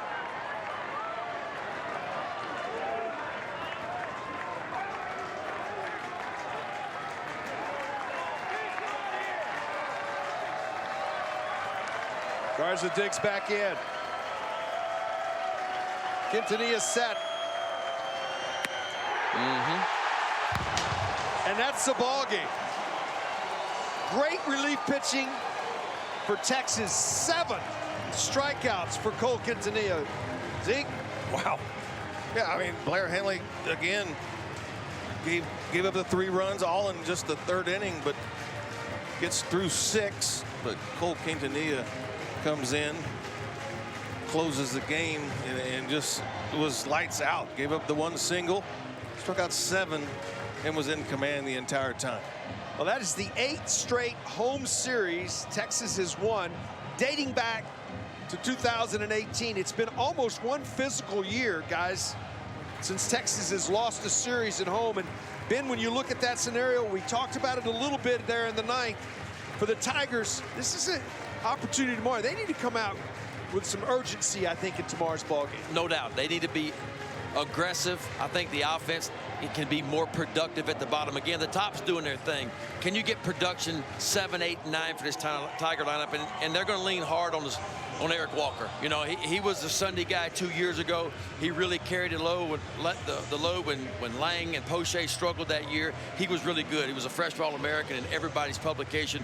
Although he's probably only going to go 50 or 60 pitches, they need him to put some zeros up early because Texas has struck early in these first 2 ball games. So they need to get a little momentum and let the offense hopefully score first of that game tomorrow. Final score here, 8-4. Thanks, guys. Enjoyed it. We'll see you here tomorrow. Don't forget, 1 o'clock tomorrow, Central Time, right here on LHN. Goodbye from Disch-Falk Field, the eyes of Texas.